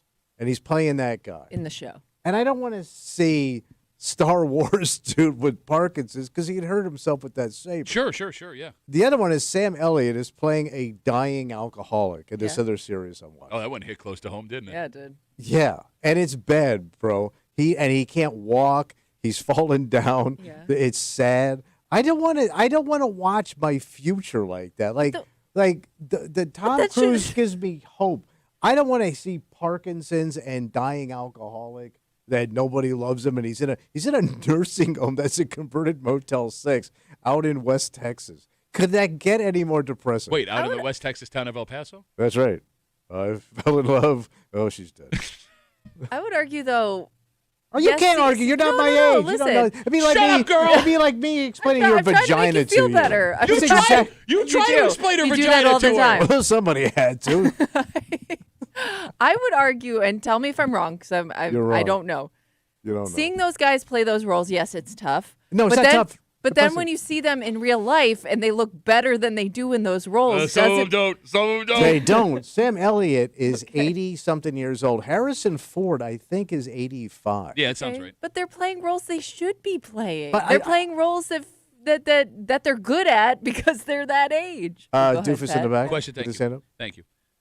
What did you think was going to end up happening? No, I would rather see no-name actors play these roles. Yeah. Actually, I don't even want to see these dying roles because Okay. I'm old. I'm heading in that direction. Okay. It's going to happen to you, wise guy. All right, listen. It's already happening with your heroes. You don't want to see it, especially when you become my age and you start having health problems. But I love how you're fine with Tom Cruise risking his safety to give you the entertainment For you my want. entertainment. But look, Harrison Ford tried to do this. Remember, he broke his leg a few years ago when an automatic door closed on it at the set of Star I'm also Wars? saying when he landed planes on other planes. Twice. All right, look. It's like he was flying at Newark all the time. This is your own fault. And the phone What the hell number did I do? The phone number is 252-WCMF, 252-9263. You had this take off the air the other day, and when you were telling me about it, a conversation we had like a decade ago went off in my head. What Cammy, was you it? remember this conversation? Of course she does. This she remembers. When the Expendable movies were coming out, Yeah. when Clint Eastwood was doing that drug smuggler movie, what's it called? Oh, the mule? The Mule? Yes. Yeah. Yeah, The Mule. We had a discussion about how ridiculous men of this age playing characters like this was. And you sat here defiant. Well, Gran loud. Torino was pretty good. Okay, again, and he died in that. Yeah, he does. Well, don't tell everybody. Spoiler alert, everybody. And I'm sorry. He played Hey, an old man. Yes, but here's the thing. But at Kimmy. least he's the ooh. Okay, you said that all of these old men being action stars still wasn't ridiculous, and you said they're legit action stars and they're great at what they do, and you don't want to watch younger guys because nobody's better than them. But I don't wanna see health problems. Well, when you make that argument, this is what happens. Tonight in Colostomy Country. Colostomy Country, Chicago. You didn't want those old actors to move out of the way to make room for the next crop, and now there is no next crop. So instead of continuing to make action movies because you refuse to pay money to see younger action stars, you get to watch Harrison Ford poop in a bag. But I'd rather see like a no-name guy, not a guy that has like a storied Hollywood history like these guys do. But they're going to give those roles to those guys because they want to keep working. Because they're afraid if they stop should working, ban them. If they're afraid they stop working, they're going to die. Congress should come back from vacation. Right. Get off So the they damn should ban duffs. Tom Cruise. They're all the same age, by the way. Yeah, that's true. Right? Yeah. I mean, they probably live next to him. Hey, opens his window. Hey, Harrison, you can't go do these movies anymore. No, this is what you get for not supporting. Well, I don't like it. All right, I was wrong. Hey, well, hey, too I late. want to take it back. Too late. Shut up and watch Sam Elliott die. God. Because that's what you're going to get now. And he looks like, bro, he looks like a bag of bones. Yeah. He walks like it. And I don't think he's acting, man. Like, when you look at this dude, he is old. I figured out they do write them into roles that could die at any point. Oh, yeah. Just in 'Cause case I think the they'd actor have goes to. in real life. Yeah. Because you got these guys 80 years old, and I read this one article on Sam Elliott saying that he goes, how hard it is to do these roles anymore because just playing an actor, I'm old, I'm tired, I'm in the Texas heat all day. It's really taxing on me. Sure, yes. His knees are killing him. Bro, he ain't got no knees because he fell in the pool in the last episode. He fell in the pool. Spoiler alert. No, he's still alive. Okay. They got him a stripper therapist. 252 WCMF. Not Tommy, making that up. Yeah, because it's for guys like you. It's a great show. This is bad, but it'd be awesome. It's a pretty good show. 252 WCMF. Tommy is very excited about the recently announced Top Gun 3 because Tom Cruise, despite being an old man, doesn't do old man characters. He's currently watching two of his heroes, Harrison Ford and Sam Elliott, play dying characters in films that he's watching. And Like, I'm getting so old, like, the sexy chicks are ancient. Yeah, this is what happens. No, like, ancient, bro. Yeah. Like, I'm confused as to what you thought was going to happen. I don't understand what off-road you thought I there don't know. was. I just didn't think it was going to happen. I bought a boat. I retire tomorrow. I bought a boat because I'm going to live forever. Yes. I'm telling you, man. Look, I understand where you are coming from. I empathize. Okay, I can't empathize. I sympathize with you. That being said, you say you don't want these guys to take these roles. I'm the exact opposite. I admire these men for showing. Because you're not my age yet. You haven't started to feel death every day. I feel death from 6 to 10. I Monday look at through death Friday. every day when I look at your face. I already did the joke, and your face is full of my badge from my business earlier. No, I'm saying when you get to be my age, the game's coming up. The game's over. Okay, no, but isn't it worse though? I guess to see a guy like faking it and they're not. Oh, you mean like Tom Cruise? Yeah, like isn't that kind of more? No, sad? it's entertaining. You How do you realize know fakery? Because you Nobody realize laughs they at- can't do it, but they're like they need like assistance or they need like the Give me an AI or AI whatever. guy. Give me an AI old guy. No, you don't want that either. Yes, I do. It's coming for our jobs too, stupid. You Yeah, think but- you can't? but You think they can't AI you? Oh, balls, badge, blah, the break room, done. Well, that was pretty good. There you go. No, man. Like, yeah, Steven Seagal, right? That guy. Everybody respects that guy. Well, he did a double threat because he also got super fat. He did get super fat. And there's no way he can move that fat. He got super fat and super Russian, which are two things you don't want to do. Yeah. Putin Russian. You know, the other problem with modern action flicks right now, because that's what you want. You want just a mindless show to watch that don't involve your heroes. Yeah, like that other show, like Duster. All the ones in the past, I mean, most of them. Yeah. They're military movies, right? The action movies? A lot of them were, yeah. Like during the Cold War in the early 2000s, it was pretty clear who the enemy you were fighting Yeah, it against was us and Russia. Yeah, who's the enemy right now? Like if you were to write a screenplay today where you had soldiers on the ground or in the air fighting a foreign country. Like a legitimate war. Yeah, you got it. The movie, keep in mind, comes out 2 to 3 years right now. Who can you be confident 2 to 3 years right now that we as a country are on good terms with versus bad terms So with? who would we be fighting? Yes, because it was the Russians in the Cold War. Yeah. Then in the early 2000s, it was some Middle Eastern country. You didn't have to name it, right? No. Who is it now? Oh, it had to be Canada. So we take on Canada. Does that mean it's the end of the modern technology military thriller? Because you don't even need jets anymore. It's just like drones, the movie. Yeah, you're all right. Yeah, how do you do that? Right? It's just some guy like in fatigue sitting at a desk like with a joystick controller. Yeah, that guy could be flying that thing in Las Vegas. Yeah. Vegas, baby. They don't make drones like this in the newspaper. 252 WCMF. Let's talk to Ben. Hey, Ben, how are you, buddy? Pretty good. How you guys doing? Good, man. Yeah, What's up? good to hear from you, buddy. So, Pat, you said that there's no new action stars, which there are. It's just they're all in superhero movies because you have Chris Hemsworth and Chris Evans and Robert Downey Jr. and Jeremy Renner and all the. They just play superheroes. No, I understand what you're saying. I'm saying the traditional mindless, because like all the Marvel Like and the Dirty Harry movies. Yeah. Like they were traditional roles. They were cops. They were soldiers. Yes, like mindless. Look, like the Marvel and DC movies. For as much as I'm not a comic book guy, I've always respected them because like there's a lot of layers to that, right? There's ethical and moral, and there's action along with it. Whereas like Top Gun and all those other movies, it's like bad guy there, shoot bad guy, do good. You know what I mean? Well, also it depends on which series you're watching because the guy that plays Daredevil, it's literally he's playing a blind superhero and he's trying to take down this evil like mafia kingpin guy that's running New York City. All right. Well, thanks for that, man. I really appreciate it. By the way, didn't your brother spend $7,000 to go see him in concert? Yeah. Really enjoyed it. Ben, thanks for the call, buddy. Have a good rest of the day. I don't know where, again, you have laid the bed for this. Yeah. Your choices have led us here. I don't like it. I don't even know how you do a war movie right now. Like those shoot-'em-up war hero movies feel like they could be inappropriate when you have Vietnam, Persian Gulf, Iraqi veterans, like from 35 to 90 now.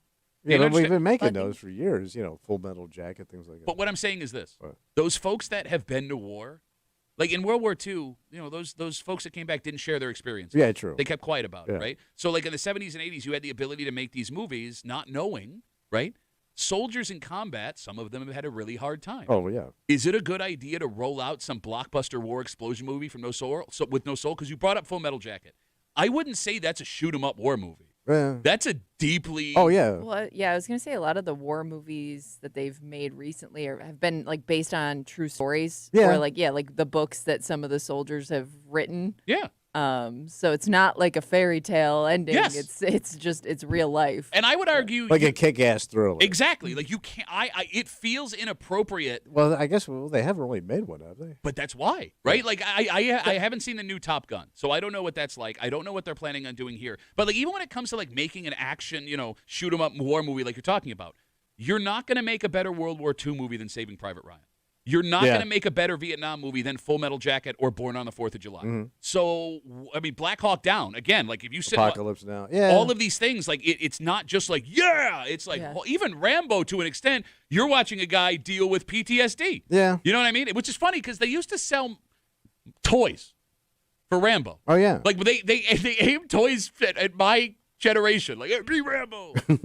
Don't go to therapy. He was struggling. Like, he's struggling very hard. Yeah, he was. Yeah, you could be Rambo too. I do feel like they'll always have action heroes that like take on a gang, like a made up gang or drug kingpin or something. Like that's why all those John Wick movies were so popular. Stuff like that will kind of always hang around because like I know my dad loved those movies. Yeah.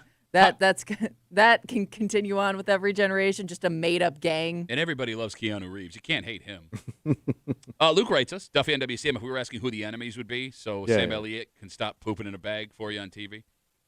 Luke writes us, they just made a war movie with Alan Richardson called War Machine. Apparently, we are fighting aliens from other planets. Aliens, got that. But we've been doing that for decades, too, right? Yeah. We had Independence Day. You had... those things go back to the 50s. Starship Troopers. Yeah. Mars Attacks. Keep going. All right. I mean, look. We just take on Godzilla. I would love another Godzilla. Just shoot the lizard. Can I share something with you? What? I have a deep affinity for old Godzilla movies.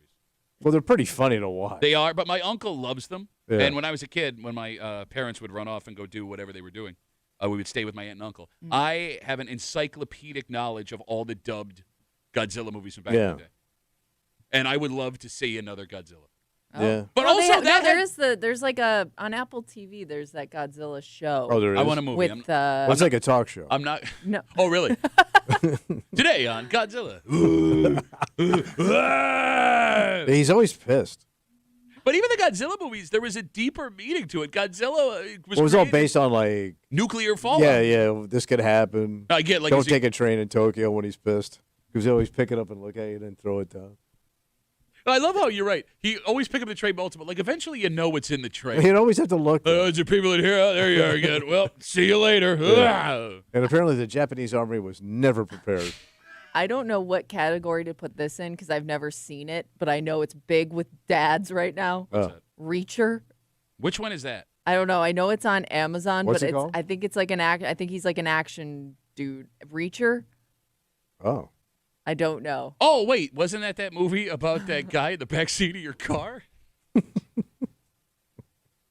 Oh, wait, no. There was another word at the end of that. Yeah, whatever. Yeah. All right. Can we get a Google for what Reacher is? Yeah, I don't know what it's about. No, I mean, look, I'm all open for a good shoot-'em-up action movie. Or might be dad revenge movies. Well, that's Taken. But they make those a lot now. Yeah. Okay. But if you're going to do a dad revenge movie, that guy... He came home. The family was gone. Oh, okay. And he This won't is let it. go. This is perfect. Follows Jack Reacher, Okay. who is a 6'5", 250-pound former U.S. Army military police major who wanders the U.S. as a drifter. But he solves He crime. He investigates high-stakes criminal conspiracies. This sounds pretty good. No, it doesn't. Using his immense does. strength, No, it intellect, doesn't. and combat skills. It's just my boxing coach was telling me about this. He loves it too. You guys I'm are telling all the you, same. like every guy over the age of like 35 loves this show. Especially if he's driving a hot rod. That's another thing now. You got to have the main character has to drive around in a classic car. Well, yeah. Why else would you do it? I mean, I like Duster and I like the Lincoln Lawyer. He's got a GTO. Pretty cool. Pretty cool. Jacob writes us, The Patriot, starring Mel Gibson. All right. Any movie Mel Gibson has ever done with historical stuff in it is like the wrongest movie of all time. Like Done a lot of them. I'm telling you. Well, apparently it turns out he actually didn't like the people he was trying to save. But even like Braveheart, the historical inaccuracies in that movie. Great movie. Great I wouldn't know though. I don't follow that. Wait, that's fine. But like you can't like present it as like this is what happened, and then it's like turns out none of this happened. Like you got a little bit of responsibility, don't you? Yeah, I you don't would know. think. All right, let's take a break.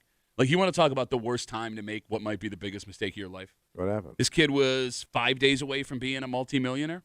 Oh no. And he blew it? I don't know. We're gonna find out this weekend, and we'll get into it next here in the break room. Let's see you, Beth.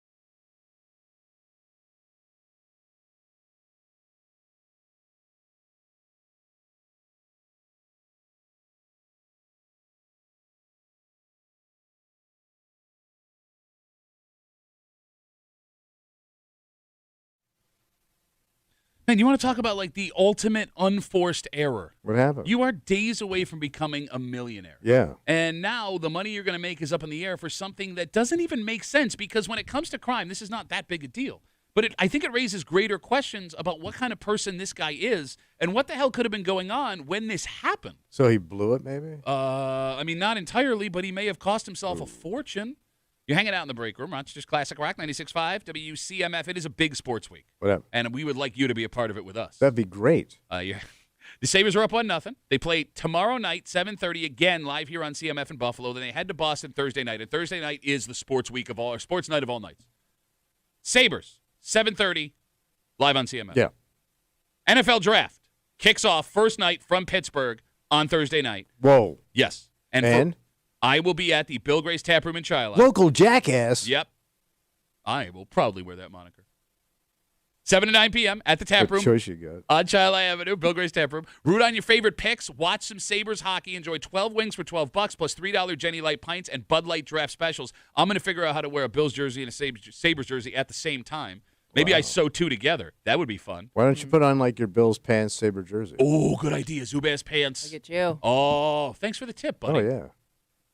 There you go. So come hang out with us Thursday night. Look for the idiot. For the draft. No, you're not going to be there. Draft and Look Sabres up a with pad. just me. I know. You got something on your face from earlier.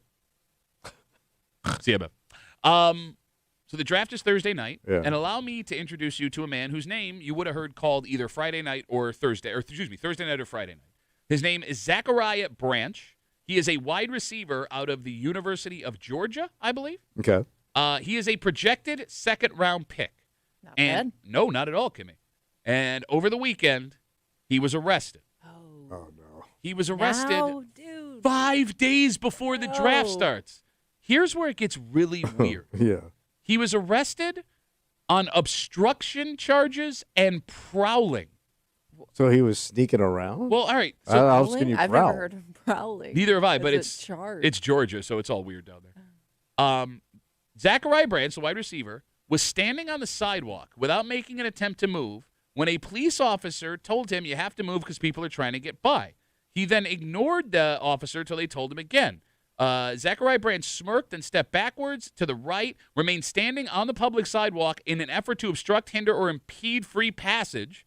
He was placed under arrest for misdemeanor obstruction of an officer and given a citation. He bailed himself out with $39. Okay. So here's the thing. Grand scheme of thing, it's nothing, No. right? No. But if I'm an NFL general manager, Unnecessary. what is happening Yeah, there? then you don't have good judgment, man. Well, like if you're sober, that's weird. Yeah. What are you sober in that situation? Like, why are you putting yourself in that spot? Yeah. You know what I'm saying? Like, there is absolutely no reason. If you were just being, a jackass to be a jackass, fine. I'll be a jackass all the time. Why would you do it 5 days before the NFL draft? Yeah, you got way too much on the line. All right.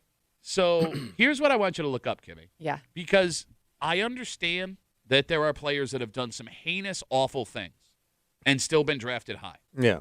But those guys that happens to are like slam dunk can't miss talents. Yeah. Normally not guys taken outside of the first round. Because it's not out of the question that a little incident like this could cost him 2, maybe 3 rounds being drafted. Which is going to cost him bank, right? Kimmy, can you do me a favor? Mm-hmm. Can you pull up, because it's the way the draft works, it's slotted salary. So every pick Yeah. slotted for what you're going to make. Can you pull up what the last pick of the second round makes versus the last pick of the fourth round? Because that could be what we're talking So about. you can see how much your stock dropped. Exactly, Yeah. because this could have cost him $1.5 million. God damn. If my math is But, correct. you forget they're kids. And they, you know what I mean? Look, you're right. They're not. I know you treat them like grown men, but they really aren't. Look, I agree with everything you're saying, and Yeah. I look at this and I go, meh. But at the same time, if I am an executive for a football team where my job is on the line and we're about to hand you a check for $10, $15 million, matters to me. I really feel bad for the kid's agent because he also gets Yeah. he gets the shaft too, right? Yeah. Because he negotiates these deals. Yeah. Hey, got your work cut out for you now, there, Bradley. They're all named Bradley. Bradley. They're all named Bradley. All right, Kimmy, what do we got? Okay, the last pick of the second round typically earns a 4-year contract worth roughly $6 to $7 million. Okay. God In damn. contrast, a fourth round pick earns roughly $4 4.5 to 4.8. All right, so that's what, $2 million? Yeah. Yeah. $2 million over a 4-year deal. I mean, come on, man. To just move your feet. Yeah, and I mean, look, maybe I'm wrong. Maybe this doesn't affect anything. Yeah. But, like, I don't know, man. If I'm again, I have a lot of questions that I won't be able to ask you Yeah. before the draft comes on Thursday night. I have never understood, because we see this happen every once in a while, too, draft week. Yeah. Like, if I am a mother, father, good friend, girlfriend, wife, whatever, of Of someone, this kid. of anybody that's about to get drafted, Yeah. stay in your inside. room. Yes. Do Just shut not up. leave the effing house Yeah. until your name gets called. Yeah, you don't even want a parking ticket at that point. Thank you. Yeah. No. The second that they call your name, they're going to have to sign you. They're not going to just let you walk away if you're a top Yeah. first, second, third, fourth I'm round just thinking pick. how hard a kid has to work to get to that level Yeah. of football. Yeah. To be a Already Division been- One in Georgia. Yes. Right? And now now the NFL's looking at Been it. through the combine already. You probably have an idea Oh, where you're going to Like be. the hours you have spent Yeah. developing yourself Yeah. into this person, and you're going to cost yourself a couple $1 million. By the way, this kid, he made waves at the combine. He ran a 4.35 40-yard dash, Jeez. Pretty fast. which is it's like super fast. And you said he's a big kid, right? No, he's a wide receiver. He's a little guy. Oh. Again, 252 WCMF, a Georgia football player, University of Georgia, named Zachariah Branch. He was supposed to be a second-round pick. That's a prediction on Thursday night. Was arrested over the weekend after not moving off a sidewalk. That's what happened. He was Yeah. charged with obstruction and prowling. Lazo writes us on Instagram. Yeah. A friend of mine was under contract with the Florida Marlins, got in a fight, broke his hand, and a DWI in the same night, and that's why no one's ever heard of him. And you're right. That's the thing too. I mean, even if you're not in trouble for breaking the law, you can also like hurt yourself by doing something stupid that's Yeah. gonna, make you drop potentially completely out of the draft. Like, there's a guy who played. He was a major league pitcher from Rochester. Yeah. Really good guy. Really, really good guy. He had made the show. His career's budding. We're going. In the offseason, he's playing basketball on the drive over with his buddies. Blew his knee out. And that's it. Over. I mean, it was back when you couldn't rebuild knees the way they can now. But it ended it. And again, it wasn't him being a jerk. It was just, Yeah. freak thing. Yeah. But your career's over. And again, it's just him being a kid, hanging out with his buddies, having know. fun. You know And what you I don't- mean? and you don't think it's living going to life. happen to you? Yeah. God, it's terrible. I know, but I don't know. I guess time will tell, because that's the funny thing, right? Like, I hear the story like you hear the story, and I have sympathy for the kid, Yeah. right? Like, it's just a kid being a stupid kid. But then, like, 3 or 4 years from now, if we see other things happen, Yeah. we now sound, it's a Yeah. it's a tell. but we sound like idiots being like, oh, this poor kid, when all of a Yeah. sudden it's like, oh. Yeah, that tracks. By the way, Kimmy, you want? I'm sure we will get into this later in the week. Any idea what the Bills are doing at 26? Not a clue. Okay. Not a clue. Because, like, if this kid falls to later rounds now, because the Bills don't have a second-round pick, it's not out of the question he ends up in a Bills uniform. I love how you're excited now. Well, you said the kid's good. I don't know if he's good. Well, he played for Georgia. That's a pretty good school. There's plenty of guys from Georgia that bust out. Really? Yeah, bro. Every school. Well, it's hard to get to Georgia. It's harder to get to the NFL. Well, I get it, but just getting to Georgia is pretty impressive. Yeah, bro. If you could just guarantee success from big schools, every team would pick from big schools. I and everyone, know. no, you I don't. know. You're picky. I'll take anybody from Georgia. What? No, Anybody? Georgia's had a lot of like problems with crime. There's like dead bodies involved recently, car accidents, Oh, yeah. things like that. Yeah, was that song? There's always a lot of bad songs about Georgia. That's right? not what I'm talking about. Midnight Train to Georgia. No, that's a good song. She'd rather live in his world than live without him in mine. Yeah, but he had to leave L.A. because it proved too much for the man. We know a guy like that.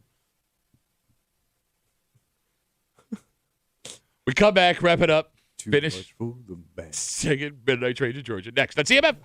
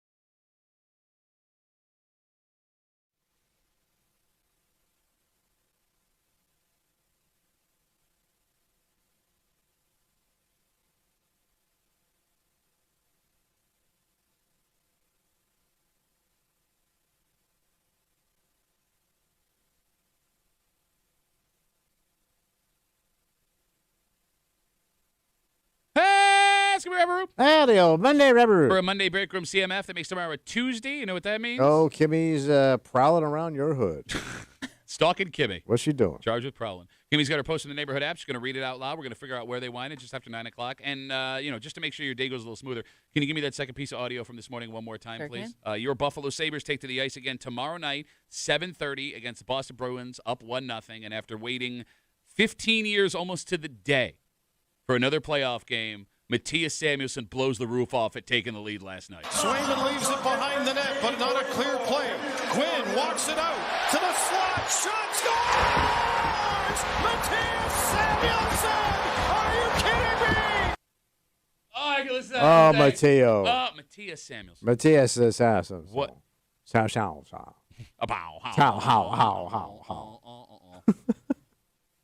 Like, I'm still full of adrenaline. From last night. I got chills. Shut up, man. No, it's very cold. No, it's snowing outside. Yeah, no, it's your It is. personality It is is. what it is. What is that? What is Chilling everything down. Cold-ass old man with batch on his face.